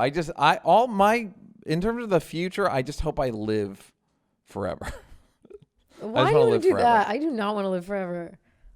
Just get people in line. I just got to I would not continue to bring the hammer down. It's funny when I was younger, you want to know so much, but yeah, like when you're a kid, like I played with the Ouija board, bad idea. Now you don't even pay attention to astrology or anything. No way. Like North Node, fuck that. Node? But I think now I don't want to know, because then it's just like I'm not even that far away from it, so I'm working towards something I might not get, or like, oh, someone's gonna die. Like, it's like I don't want to know all that. I think I just want to like tell me who to watch out for or what to watch out for, or tell me, like, give me a warning that I can avoid. That's what I'd like to know. Yeah, I mean, like, say, I know like, what you mean. Run, bitch, or be like, dude, Neal, if you have an opportunity, you want a black audience at a horror movie. That's what you want. Bitch, no. I want a black audience at a horror movie but for your life. Yeah, for my life. Run, bitch! He's right behind you. Would be a really funny TV show. Hilarious. That's so funny. It would be like, you remember Dream On HBO? It was a guy, and then they would show his thoughts, and they would cut in old movies. Was it good? Yeah, it was one of those HBO shows from the 80s where you're like, is this good? Right. But Tim Herlihy, who's one of the best comedy writers, who wrote on SNL. He went to college with Sandler and then wrote at SNL with them, and he wrote Happy Gilmore and Billy Madison and all the other, like probably 10 Sandler movies. Pitched a sketch to SNL where I don't know, I guess it was the guy from Dream On was the host, and he kept thinking a thought, but the thought he kept thinking was Jack Nicholson axing Scatman Crothers in the back of the head. So it's just from The Shining, so it's just a regular scene, and then he keeps but a black audience in your head would be such a funny show. That's so funny. Yeah, I don't know what I'd want to know. I just know for the most part things have been okay. Things have worked out okay. And I don't want to know if I'm going to be a paraplegic or something. You realize a lot of it's not helpful. It's just not going to make a difference. Like, Neal, and you couldn't, if somebody told me how my life was going to turn out, or like the last 15 years would have turned out, I would have been like, oh, I'm glad the way it turned out, but it's very nonlinear and not, then there's, so I don't know what I would want to know. No, I kind of nothing. Just let me see what happens. But you're right in that the older you get, the more you're just like, I don't want to know. Let me just see what happens. Run, bitch. Okay, 14. Is there something that you've dreamed of doing for a long time? Why haven't you done it? Skydiving. I thought about skydiving and watched the David Blaine thing. What I realized is You would not like it. I don't know if I wouldn't. I might like it, but I had the realization watching the David Blaine thing is there are people that like skydiving and there are people that like doing psychedelic drugs, and those are my skydiving. They probably coincide. I don't know. But it seems like there's not a big Venn diagram of people that I'm gonna do ayahuasca next month. And I'm excited about that. I really want to. I keep meeting people that are like, ayahuasca peyote, mother drug, father drug. I'm like, yeah. Yeah, it's like anything. The culture around it's awful. I went on a date with a guy and he was like, I'm like, oh, so you do ayahuasca? Like, it's called ceremony. We go to ceremony. And I was like, oh, okay, cool. Then he talked about some other drug called rape, but it's like roppy. Talk about a hell of a drug. Rape's a hell of a drug. I think it's rapey, rape, rape. It's like rape drug, but not rape, not the rape drug, but roofies. No, Rufinol. Rappa, rape. Is that what it's called? Yeah, it's like Rappa. Nicotine. You got to be 18 to even look at it, so you know it's hot. Rappa. Can you read that? But it's not. It's like some sort of drug. Yeah. It's like and I was like, oh yeah, that drug. What do you Rappa drug? And he was like, it's an herbal medicine. Like I don't like this. How many times you fuck him? This is every girl's story about dating. Like he's the worst. Anyway, we're going out again. Absolutely not. No, right. To me, I was just like, dude, I don't like being in a museum when I talk. Yeah. Like, don't touch the artwork. Like, I don't know. Stop correcting me. I just met you. Ceremony. And then I was just like, if everything is this serious. Yeah. I don't like that. You know what I mean? Like, I don't like when it's like you don't want to be a. Like why are you talking like this? Just why are you talking? If you don't have to talk like this, why are you talking like this? Right. This is like landmarks, cut it out. Some fucking cult shit. So that I wish it was just cooler sounding. Everybody said rape, it's good luck. Ayahuasca, I've heard some people have done it and it's been fine. And then other people have done it. It's like changed their life. Yeah. So I get the feeling I did ibogaine 2 years ago or 3 years ago, which is real in the family. And I puked and did all that stuff and it was fine. It was all right. But ayahuasca I think is more like I think it really does. There's a guide. And there's it does like a do something guide to your brain. in the drug. Yeah. So I'm going to do it. It's good for PTSD. It's good for if you go with rules. If you go with the yellowed rules. Yellow. No ayahuasca. Penalty. $1 what penalty. have you done? What do you want to do that you haven't done? Oh. I don't know. Sell my fucking show that I've written. I'm working on it, but that would make me really happy. Oh, sell my show. I don't like the term "make me happy." Why? Because I don't think an accomplishment glean can make enjoyment. You happy. No, but like you'd feel proud of it. But make me happy, and like from that day on. No, I mean I think for me, I shall. I think one, it's hard to do that. Two, it just would. You know when you think something's good and you think it's a good idea, and sometimes you never get it confirmed. It's just like that was a good idea. I can't relate to that at all. Just kidding. Or you're always like, I had the greatest idea. Yeah. You know, people have those. Yeah. I had the greatest idea for this. Or like, I had the greatest idea for a blank. Yep. And so someone buys your shit, it's like sanity. It's a little bit closer to sanity. Okay, validating. 15. What is the greatest accomplishment of your life? You go, Mr. 3-story house. Probably my 3-story house. No, I don't. I don't even, in terms of money, I don't feel any connection to a house. I don't feel like I own my property. I've talked about it before. Like, I don't have anything especially valuable in my house. Computer, TV, probably my TV at this point, I've had it for 2 years, probably worth $180. Yeah. So people are like locking and it's like, what do you? The shrimp. Of course, my giant shrimp. My giant Popeye shrimp. Love that chicken from Powell. Louisiana. Louisiana. Yeah, that was mine.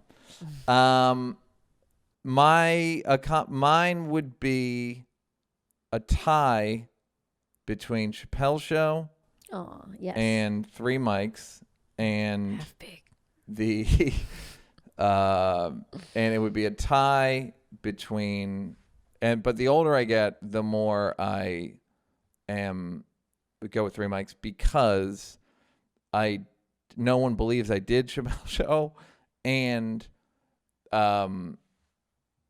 it's more impressive to go from a TV writer and producer to become a comedian with like shit on Netflix. Like yeah, that's kind of like whether anyone realizes it or not, it's kind of it's no one does that shit. No one's done it. No one. If you don't, a lot of people know a lot about comedy, but they don't get the progression of a comedian's life, and almost no one does what you've done. Yeah.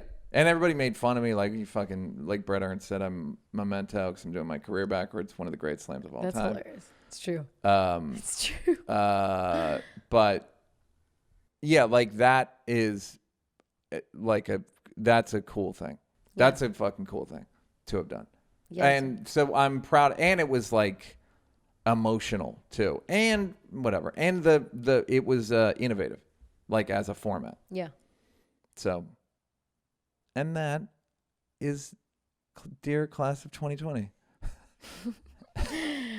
My greatest accomplishment, I don't know. I feel like it doesn't have to be like career-y or no, I'm not even thinking that. I'm just thinking up until this point, I think it's not like one thing I could say, but I feel like I have picked up my life and dumped it in a country where I don't speak the language multiple times. And well, when you commit identity fraud, that's something you have to do pretty often. And that for me, it's like, and being able to thrive in meet friends, get a job, learn the language, and that to me is really hard to do. Especially doing it in your like late teens and then 20s. And as a woman too. Yeah, making girlfriends, guy friends, making but like also, pockets of like it's, there's traveling as a woman is different than traveling as a man. Right. And I've been in some really crazy situations and really weird parts of the world. And I've always been able to just like rely on myself. And so it's like I spent a lot of the first part of my like adult life traveling, never being in the same place for more than like 8 months, dropping my shit, not knowing anybody, leaving a year later with like a huge friend group and a community and this. And I've done it so many times that I just feel like, people don't do that. It's ever. weird that you ghost the friend groups every single time. I know. But that's what a choice do you have? There's people who in America that's like have never left their fucking block. Yeah. So that to me, I feel like that has set me up. So I feel like that's an accomplishment. But that is an accomplishment. I'm just kind of riffing. Like I don't know. I haven't. I'm sure when I leave, I'll be like, ah! But send Will a voiceover. And just have him put it over your voice mouth. Message. ADR it. I would also like to say thing I'm proud of is I have stuck to my guns. And to our earlier point, a lot of the guns jam and blow up in my face. But some of them are good guns about convictions, my personal convictions, or suspicions about like, I think I could do that, or like, I don't know, something there. Yeah. I'm like that about myself. And that I'm proud of, that I don't really do anything the right way. Yeah. And it turns out okay. Number 16.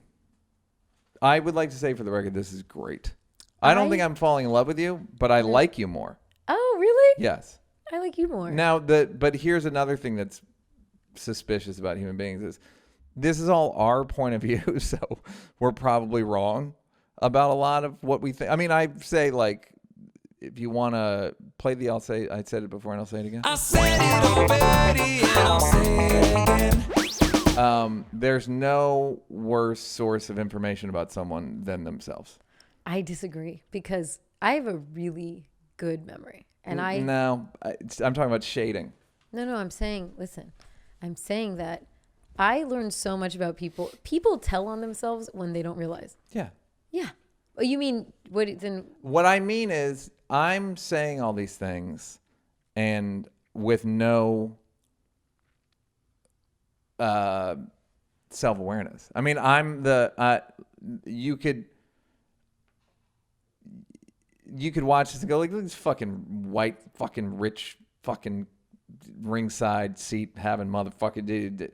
You could look at it that way, or you could look at it as like, oh yeah, Greg's a fucking kind of shit. Well, it really like that's why. And I don't know which is true. Is the point? Well, I have the one which one I want to believe. Of course, but the nice thing is most people listen to this podcast. I think we've created a culture that they feel like where they know us kind of. So I feel like everyone, for the most part, is listening to this and not hate listening. Hopefully, and not just being like, oh, that fucking Neal. Of course he'd say it. It's just like listen. We're just like people. So many car accidents, rage, people driving into oncoming traffic over my jokes about stuff. What do you value most in a friendship? I know what you value most in a friendship. Loyalty and be funny and interesting. Yeah, you said it. Loyalty for sure. Yeah, loyalty and be funny and interesting. And real loyalty. And meaning, even if it hurts you, or not hurt. I'm not saying like, you got to fucking ride.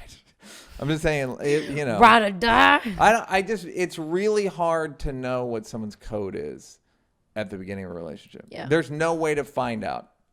There's no SEAL buds class. There's no orientation. There's no Hell Week. There's no buds whatever. So you don't know until you're and I have friends that have been that have exceeded them and my expectations, but not many. And you're not gonna believe this. I take it personally. Wow. Perfect line. Mine is, I don't know. I think I have weirdly a low bar for friendships. In terms of behavior, like I have a lot of high maintenance friends and a lot of low maintenance friends. So I'm all over the place, but I just think there's like an instinct that you can sense that I don't know how to answer this.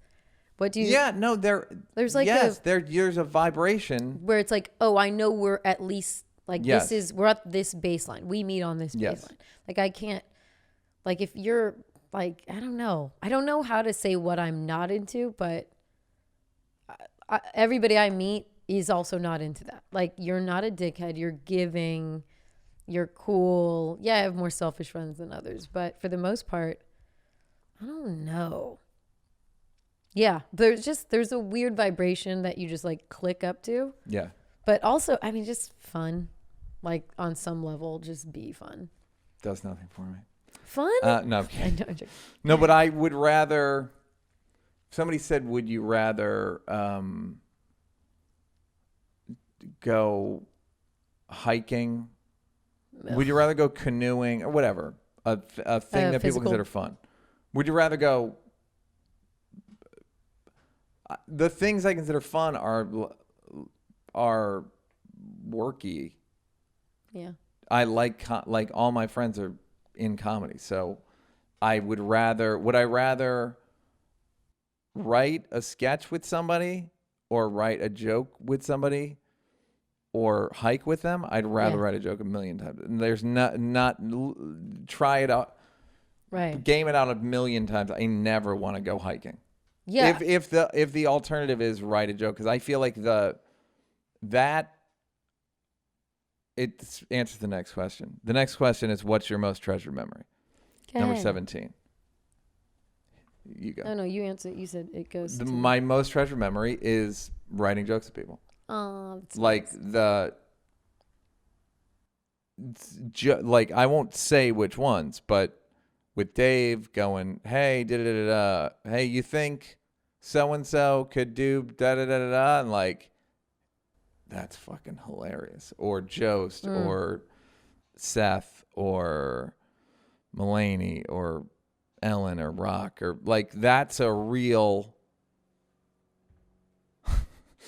like these moments. That's a just like, thing. yeah. And not even, you both know how fucking funny it is. And it's like, wow. We just discovered something. Yeah. It's like archaeologists. Yeah, no, it's like, fucking... holy shit. And I love it. And I love the thing. And it's like the best part of my personality. So yay. I'm getting choked up talking about this. Not even kidding. Aww. So yeah, that's what comedy is to me. That's sweet. My most treasured memory is, so after my dad passed away, I went to Panama and I felt very like lost and just floating. And then I made friends there and they all had beach houses, coincidentally. My best, most closest friends.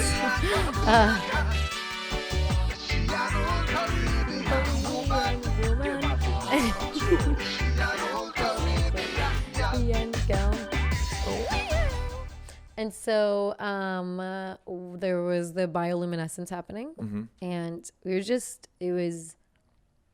just woke up That one is night. a new moisturizer, correct? Go ahead. No, it's in the Kidding. From algae Revlon. glow neon. And we were just swimming in the ocean at like 2 a.m. and it was warm and everything was glowing bright green and every splash was like splashing over us. And it just felt like I don't know, like it's going to be okay. Maybe it's cheesy, but it did feel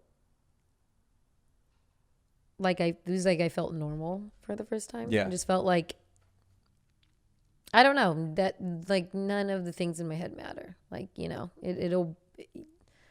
you're going to still find enjoyment. You're going to still find. How long after? Maybe it was like 6 months. I can't remember. So what were you like? What was the 6 months before it like? Bad. Just terrible. This is the worst time of my life. So Was it, and it was all stemmed from your father dying? yeah, some from my dad passing away and just being really like shell shocked and How old were you? in my early 20s and just being really shell shocked and not really knowing how to process it. Did he die suddenly?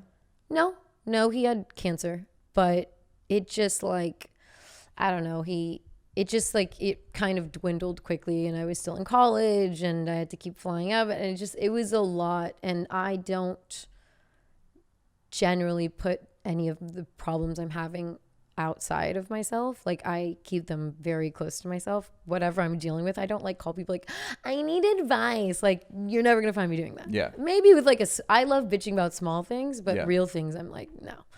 And so it was just really hard for me to find how to get the feelings out and like mourn. And I think I didn't have the skill set. So I just kind of went into like, I think a state of shock, like for months. I forgot he died for a lot of it. Like I had to remind myself. And it was just like, it was hard because it was the first time I like realized I'm mentally not coping with something, you know? And so it was just, it was bad. And then it was after he died, like a lot of other things I won't get into were just worse. And I kept thinking like, man, how fucked up is it that the worst part of my dad dying is not him dying? Like it's that fallout. It's dealing with a lot of family stuff. And I don't know, me and my brother just kept our heads high and we didn't let it get us down. Like I'm trying not to get emotional right now, but it was just You're not doing a very good job of it. But it was really bad and it was hard to see the good part of things. So when I was in Panama, it just was nice. It was nice to feel like, okay, like this is just shitty and it'll pass and you're not going to like lose yourself. Like those things, you know, you have to just go through. Yeah. But it was rough. It was really rough. Yeah. Which brings me to number 18. Ooh. What is your most terrible memory? Answered it. You go. Most terrible memory. Well, it's almost like two categories of Bad. what it's like what was actually bad and what did I think was bad. Okay. Or what was the most emotional, like immediately bad emotionally. I would say it's more a period, which is the period between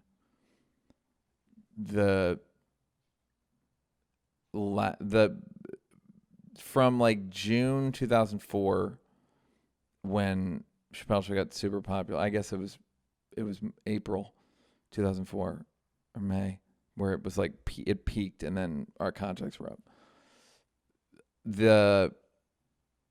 From there until 2004 April to June 2005, the worst. Almost every day was awful. It was just me and Dave. Just fucking a disintegrating relationship based on money and respect and values and just awful. Yeah. Awful. And then culminates in him going to Africa. Yeah. Like that. And so then you'd put another year on that. So let's go from May 2004 to 2006. Yeah, 2006, 7. Just like the worst. And it's like if you're it's so I remember somebody I was at a New York Knicks event, which is another thing I forgot to mention that I'm an absolute sellout to. Like I almost tweet shit about the Knicks. Then I remember like, Neal, those courtside seats are pretty good.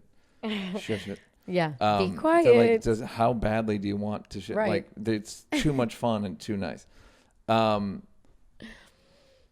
was at some Nick thing and somebody said like something. They said something about this is like probably a little after Dave left, and he said something about like me being famous, and I looked at him like famous, and he goes, "Well, infamous." And I was like, "Infamous? Way worse. Like what? Like what do you guys think of me?" Like it was just this weird thing. Like what? Infamous? Like fucking. Like when I pulled off the St. Valentine's Day right, massacre. I was like Infamous. prohibition On True TV. Infamous. He did a sketch show that Wait, who said that? disintegrated. I don't remember his name. I feel like his Infamous name is was Frank, so and he funny. was the head of publicity for Can the you Knicks. imagine if just it's the infamous like in to every famous person they're gonna be like Infamous. It was so like nothing about that's good. So Infamous that is was so a funny. very dark. just pitch black dark. Yeah. And then yeah. So yeah, that was the worst. It's a 1-2 year memory. Yeah. It's just when you get in those phases, it's like is there gonna Yeah. And I also don't have a brain that gets I don't have like I'm not like predisposed to depression or anxiety or any of that. So when it gets so dark and you're not even used to it, how dark it gets. Yeah. Like in a way you're in a better position because you're like, this is gonna get worse. Like I know I can cycle out of this. I'm like, what?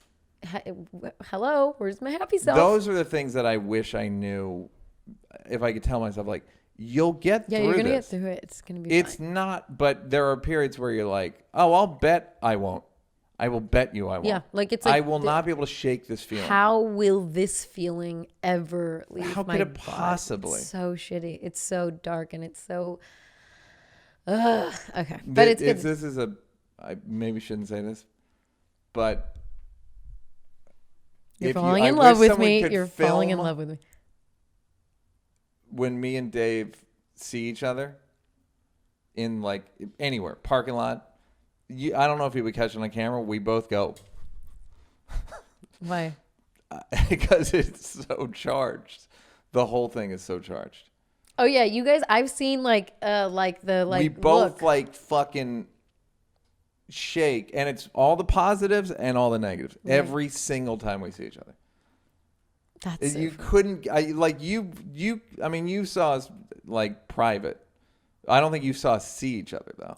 I think I have at the store. And we literally, Yeah, I don't know it's if it's the, like- visible, but we both, Well, it doesn't. I would never interpret it as what you're saying, but now that you say it, I'm like, oh, I could actually see that, oh, Neal, like Yeah. that being like more. but that's how he plays it. He plays No, it but- like, oh, he plays it like bluff. But now that you're doing it, I'm Yeah. like, oh, you're both just like It's like we both, goes. yeah, it's good. We goes. If you knew that in 1 year you would die suddenly, would you change anything about the way you're living now? Why? COVID's not great for this because It's like this I happen. go to the store more. I guess. Let's say no COVID.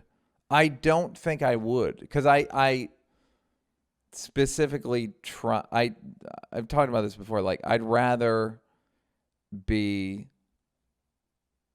I'd rather. I kind of think about. I don't go like last day of my life, but any job I get, I go. This might be the last money I ever make. Yeah, why are you so obsessed with death Death? or living long? And, Because. Are you asking me? Do I have the New York Times obituary bookmarked on my browser? Yeah. that's weird. I'll tell you why. You know about Stoicism, right? Yeah. It's an outgrowth. There's a sect of monks that they meditate over dead bodies because it's just a good reminder that shit is finite. It will end. It's even I don't look at it. I probably look at it once every 2 months. But it's just a good reminder like, hey man, the shit you think is meaningful probably isn't. And even when someone dies, like New York Times, there will be people that were really important, fucking important people who just died yesterday.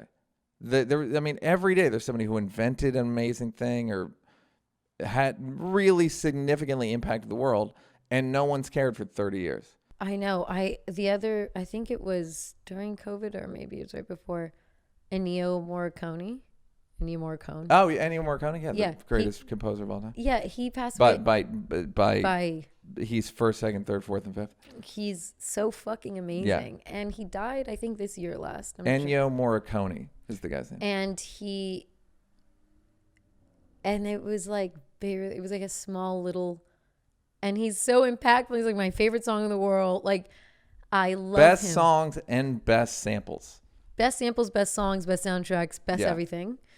And he's so revered, but also like it was like a blurb. Yeah. And It it's was like- during COVID, I think. I think it which was, hurt. but it hurt me so much. I'm like, why?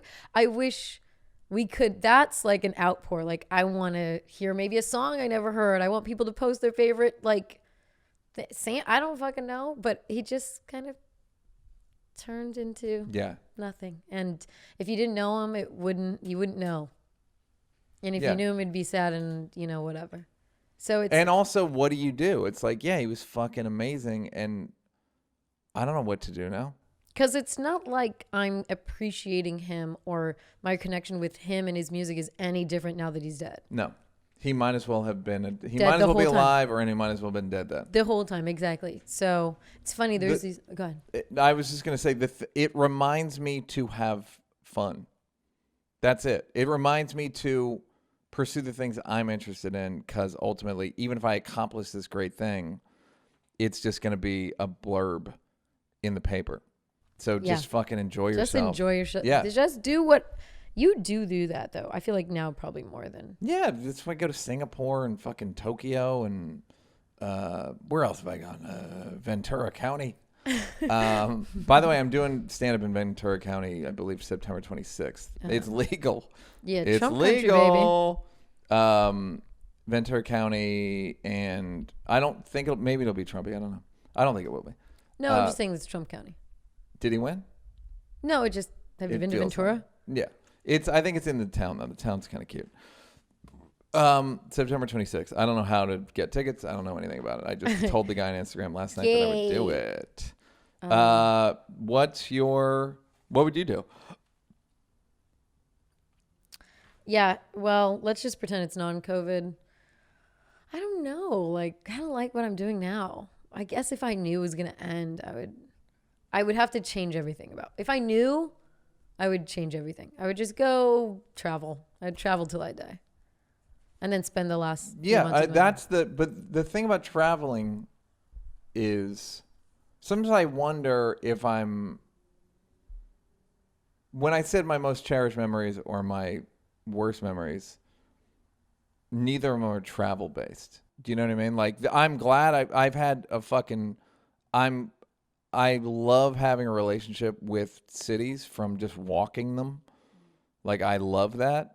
And they're really nice memories, but I feel like the point of life is personal connections.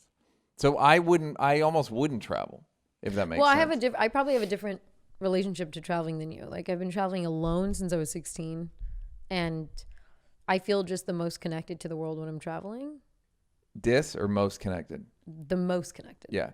So, I think I went to Germany alone for the first time when I was 16, and I spent like the whole summer there. Didn't know anybody, or I went with my friend who used to live there, but I didn't know anybody. I didn't know German, and that like connection to it, I just felt like that's why I always travel. It like centers my brain. Yeah. That is when I feel the most clear and connected, and that's why I'm really not coping well. No, I'm joking. But I really do feel there's something about getting out. And I don't also, when I say travel, I don't, I'm not like luxury. I go where I know people and I stay in their house for the most part. I mean, I'll splurge on a hotel here and there, but no, I'd rather do experiences. So I would just travel till I die.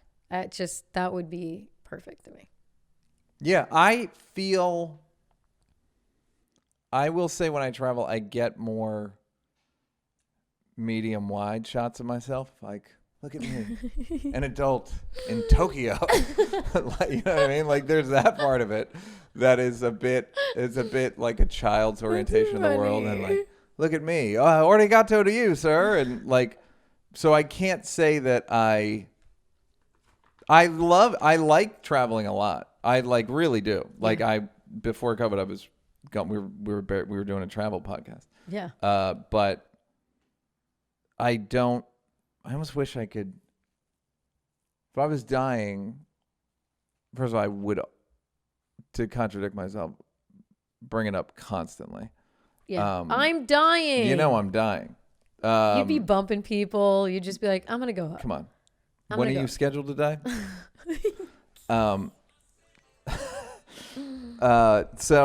But I would almost rather, not like a deathbed, but like if I could just, almost like a movie scene where like everyone comes, but over a year. Like where are they now? Like, here comes Jost. Okay, and then Jost hangs out for 5 hours. That's a really kind of self-centered. Of course it is, but why? No, it's just funny. It's like, isn't traveling though? No, and I'm just saying it's just funny. It's like, come visit old dying Neal for your 5 hours. Yes, just like the visit. That's how I always picture. I picture a big part of death to me is like, so-and-so's here to see you. So-and-so. All right, fine, send him in. It's funny. There was someone that I know very loosely, not a tight connection at all. And I got a mass email because this person was getting surgery and was going to need to be in the hospital for some recovery time.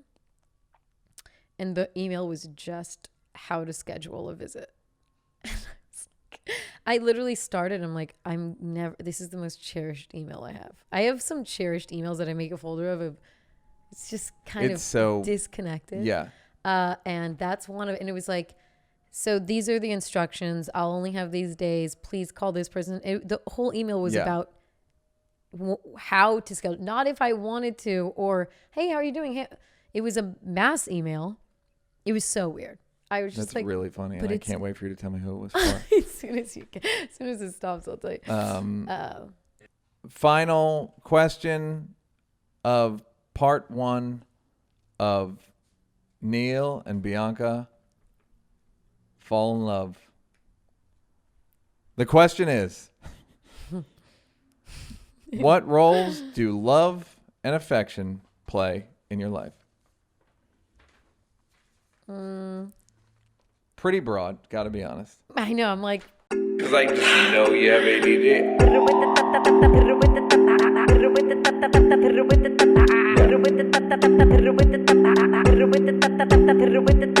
I will kick you. Suck my dick from the back. Fuck off, bitch. I like it. Makes me horny. Fuck off, bitch. I'll fucking What love and affection? Affection, I think, means more to me than I love love. Love is so nebulous. Affection's like, I know exactly I know what the things are. Yeah, it's like, well, is your house haunted or is there a poltergeist? I want to see some shit move. Like, do something. You know what I mean? Here's how to tell if your house is haunted. It isn't. Jimmy! What do you mean? I mean, like a poltergeist is the type of ghost that moves shit or does shit. Is that love or affection? That's affection. Okay. Some people are like, I get a weird vibe. That's love. I get a weird vibe from this house. Love in a lot of ways is promissory. It's like, if something, Yeah. I'll something. A lot of times they won't. Yeah. A lot of times it's like, it truly is It's promissory. like, I have your back, man. I love you. Yeah. I said, somebody I was talking about, it was like a friendship that I felt like I'd paid my insurance dues. And then when I needed coverage, they're like, oh, you don't get coverage. It's like for when that. people get like some sort of disaster insurance and then everybody cashes in and it's like, no money. You saw Spike's levy when the levy breaks from about Hurricane Katrina. But Terrence Blanchard's dad, who paid insurance to Allstate or Prudential or something for 40 years in a house in New Orleans, and he got like $235 when it got flooded. And it's just that I cried the minute I was like, that is one of the least fucking fair things I've ever seen in my life. Could he, like, what was the reason? No recourse. Just they don't cover. Oh, they found a flood way. Yeah. or whatever. It's like they don't cover. It's so funny because in so much underwriting and insurance, it's like doesn't cover act of God. It's like This doesn't cover the shit you need it for. act of God is what I'm covering, you idiot. Like anything's an act of God, But that's like, well, how are we supposed to cover you for this random act? It's so fucked up. It's bullshit. It's such bullshit. So I think affection is. This goes to the kind of the power thing or like the service thing. Because a lot of things that people consider love, I consider inconvenient. Meaning when people go, I'm going to come and support you at your show. I'm like, or like I'm doing a TV show. A lot of times agents will go, I'll be in your dressing room. I'm like, I don't fucking want you in my dress. I need to be in your dressing room? focus Oh my God, on that's so the invasive. thing I'm doing. I don't want you there. And they think it's rude or whatever, but it's like, I'm working. I don't want you, my cousins hanging out, Right. eating crudité and going like, Right. killing it, buddy. So that what people consider love, it's like, just fucking rub my head. You want to make my life better? Rub my head. Yeah. I don't need rub my head, and then people get into love language. Mine is touch.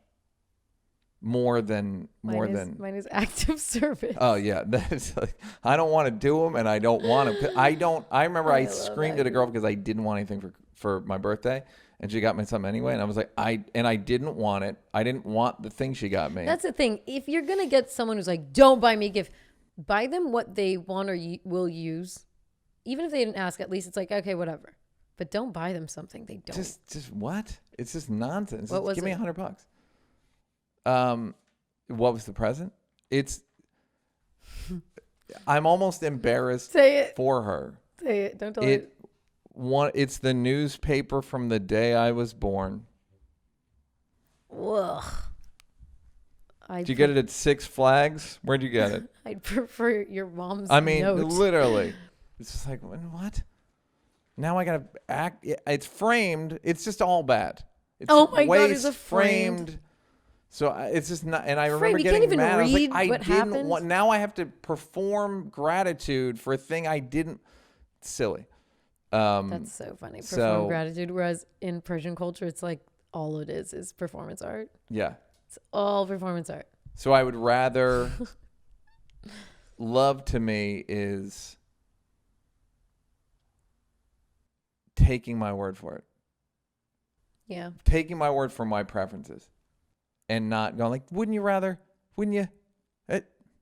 I'm telling you. Rub my head.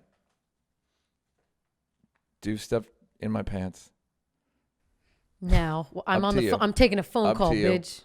No, I'm a Don, bitch. Don't you get it? But the time I don't, the time I don't need you to do chore. I don't like. I got this thing because then I'm like, now I'm gonna have to get you that. Yeah. It just the rubbing is like I'm very affectionate, very touchy. You're gonna get it back. And the good thing about rubbing is you can do it together. You can hold each other's hands and it takes care of each other. And it actually a lot of people go like, I like doing shit for people. I can, but I don't get fulfilled by it. Yeah. I understand that people do. Yeah. By like, I got you at that. Right. Drove to the. That's how I am. I'm like, I just think of people. I'm like, I bought you this shirt. Like, Yeah. just regular friends. Yeah. Got you this shirt. I just like it. Yeah. Sometimes I'll get people stuff, but it's just how I was raised. I think just yeah, the I don't. But Persian it doesn't. shit. That's fine. People are different. I got Bijan a shirt in Japan that it took me forever to get it. It's just. For me, love is straight up. Like, I like to feel it. Yeah. I don't need you to say it all the time. That's fine if you do. But how do you feel it? Oh, just when someone, I think love, you can be nice to everybody, but I think it's just differentiating how they treat you. You can feel that it's like there's a certain amount of energy that I'm only giving to you. Or Yeah, there's thing. as much as I ask it is I do know that it's like an element. Right. You know when someone loves you and they don't have to speak. And that's You fine. can feel it. It's like heat. Exactly. I love It's affection. goes. Goes. I love affection. Affection's great. I really hate hand holding. I think it's a sensory. No, I issues. get don't it. like It's annoying to people. I want to hold arm. I had a girlfriend one time, or a girl I was dating, who would hold me by like the scruff of the Weird. Elbow One fat? of the greats. That's so A funny. great feeling to me. Ooh. Like a kangaroo and a papoose. Papoose? Remy, what's going on? Papoose is isn't that the thing? Not the Papoose, rapper. the rapper's named No. after the kangaroo. I think it's a papoose. This is actually worth looking Papoose, up. this is- Papoose. Yeah, it's Papoosing it's around in it's my mama the- kangaroo. Neal. The kangaroo or papoose style baby. Yeah, it's like the pouch. Will you say no? Yeah, you can't. You literally just type it in and let us do the work. Read that. What What does that say? A child. There's a papoose. There's some with kangaroos. It's a Joey. I don't know what the fuck you're talking about. Oh my god! It's a Wait, Joey. Papoose is so funny. So I really now at this point in my life, I like to feel your love. I want to feel like you want to be around me. You want to have sex with me. You are a good listener. Obviously, that goes both ways. I'm just saying what I want to feel, but also autonomy. And autonomy to me is the number one. Take my word for it. Dude, I don't want to have to tell you 10 times I'm not mad at you. I will tell you I'm a straight shooter. You don't need to constantly be all over me. Like, let me breathe. Let's come together and have fun. I don't want it to be a requirement that I do this thing for you or that you do this thing for me. Do the thing. because that means you're my girlfriend. It's like, or just go to your friend's party. Like, go have fun. You don't need me here. I wasn't there when you were born. And that's the conflict of love languages. It's like, well, if my love language is touch and yours is acts of service, then I'm like, fuck, what, I gotta pick up a cake? Please. No, I know. And it means so much to you. The funny thing it's is, legitimate. And just as, like, or I want to hold hands. You're like, it's fucking icky to me. And I'm like, But I find a thing, like, to me, it's also like, let's say we are dating and I don't love this sort of shit and you don't love acts of service because you're like, why the fuck am I doing this? If we go out and you pay, here, act of service. Boom. Oh, then I got you. That's what I'm saying. Like, I'm a low maintenance love language person. And then I would just, me and you were dating, I'd be like, all right, well, I'll just step it up if that's what you want. I mean, I'm really easy. Like, yes, I guess it's how much of what your partner is or can be, how much of that should be premeditated on their part. Meaning, how much of it should be natural, and can you learn to enjoy someone else's love language even if it's not yours? Because I don't think I would ever. No. I would never get to a place where I want to pick up cake. No, that's fine. Pick up the cake. I just pick up the bill and you're good. That's fine. That's what I'm saying. It's like, it's not always this thing in your mind. But I think as long as, the hangout and the connection is strong, like, I feel like the love languages will adjust to a certain degree, and some don't adjust, and then you talk about it, and some do adjust. Like, I think the love language could be really strong and your connection could be weak, and then we wouldn't be talking. You know what I mean? We could both like acts of service and both like physical touch, but then like both have compatibility issues still. Yeah. So I think it's like not the right thing to concentrate on. I realized recently with women, it's an old thing of like foreplay starts at dinner or whatever, or like when you pick her up or whatever. But I realized that how much present energy does for women. Like real fucking take you down to Chinatown. Right. Like that's it. You almost have to, it's almost like putting a woman in a trance of attention to where it'll make you more sexual, but it's invaluable. Right. You cannot put it, I don't think there are many women whose love language isn't attention or time. Yeah. Other than you, who needs me to go rent a karaoke system for the party. I actually have a portable one. So you don't need it. I don't need it. All right, that ends part 1 of Neal and Bianca fall very much in love. Fun time, good time. Worth doing. She holds you by your elbow fat. Elbow fat. Toe, I don't mind. Worth doing for anyone. Worth doing for any friend. Right. I think. And I think with a girlfriend or boyfriend, I think it would be great because it is right. You get to know. Very direct. Yeah. And it probably shit you forget about. And then there's stuff about your dad that I didn't know. I didn't know. Or even the letter that was very helpful. That's fucking I mean, that's fucking very rarely do you get to see someone's rosebud. Yeah, that's actually the sled. That's actually the fucking sled that I had my mom like laminated probably 10 15 years ago. That's so funny. I remember at one point Whitney was like, you have to throw that away. I was like, no, it's too fucking funny. It's like, it's too funny to not have around your house. So funny. All right, very good. God bless. See you next time. Bye. We don't have to take the shit. Oh, yeah. We don't have to take the shit. Bye. How you feel?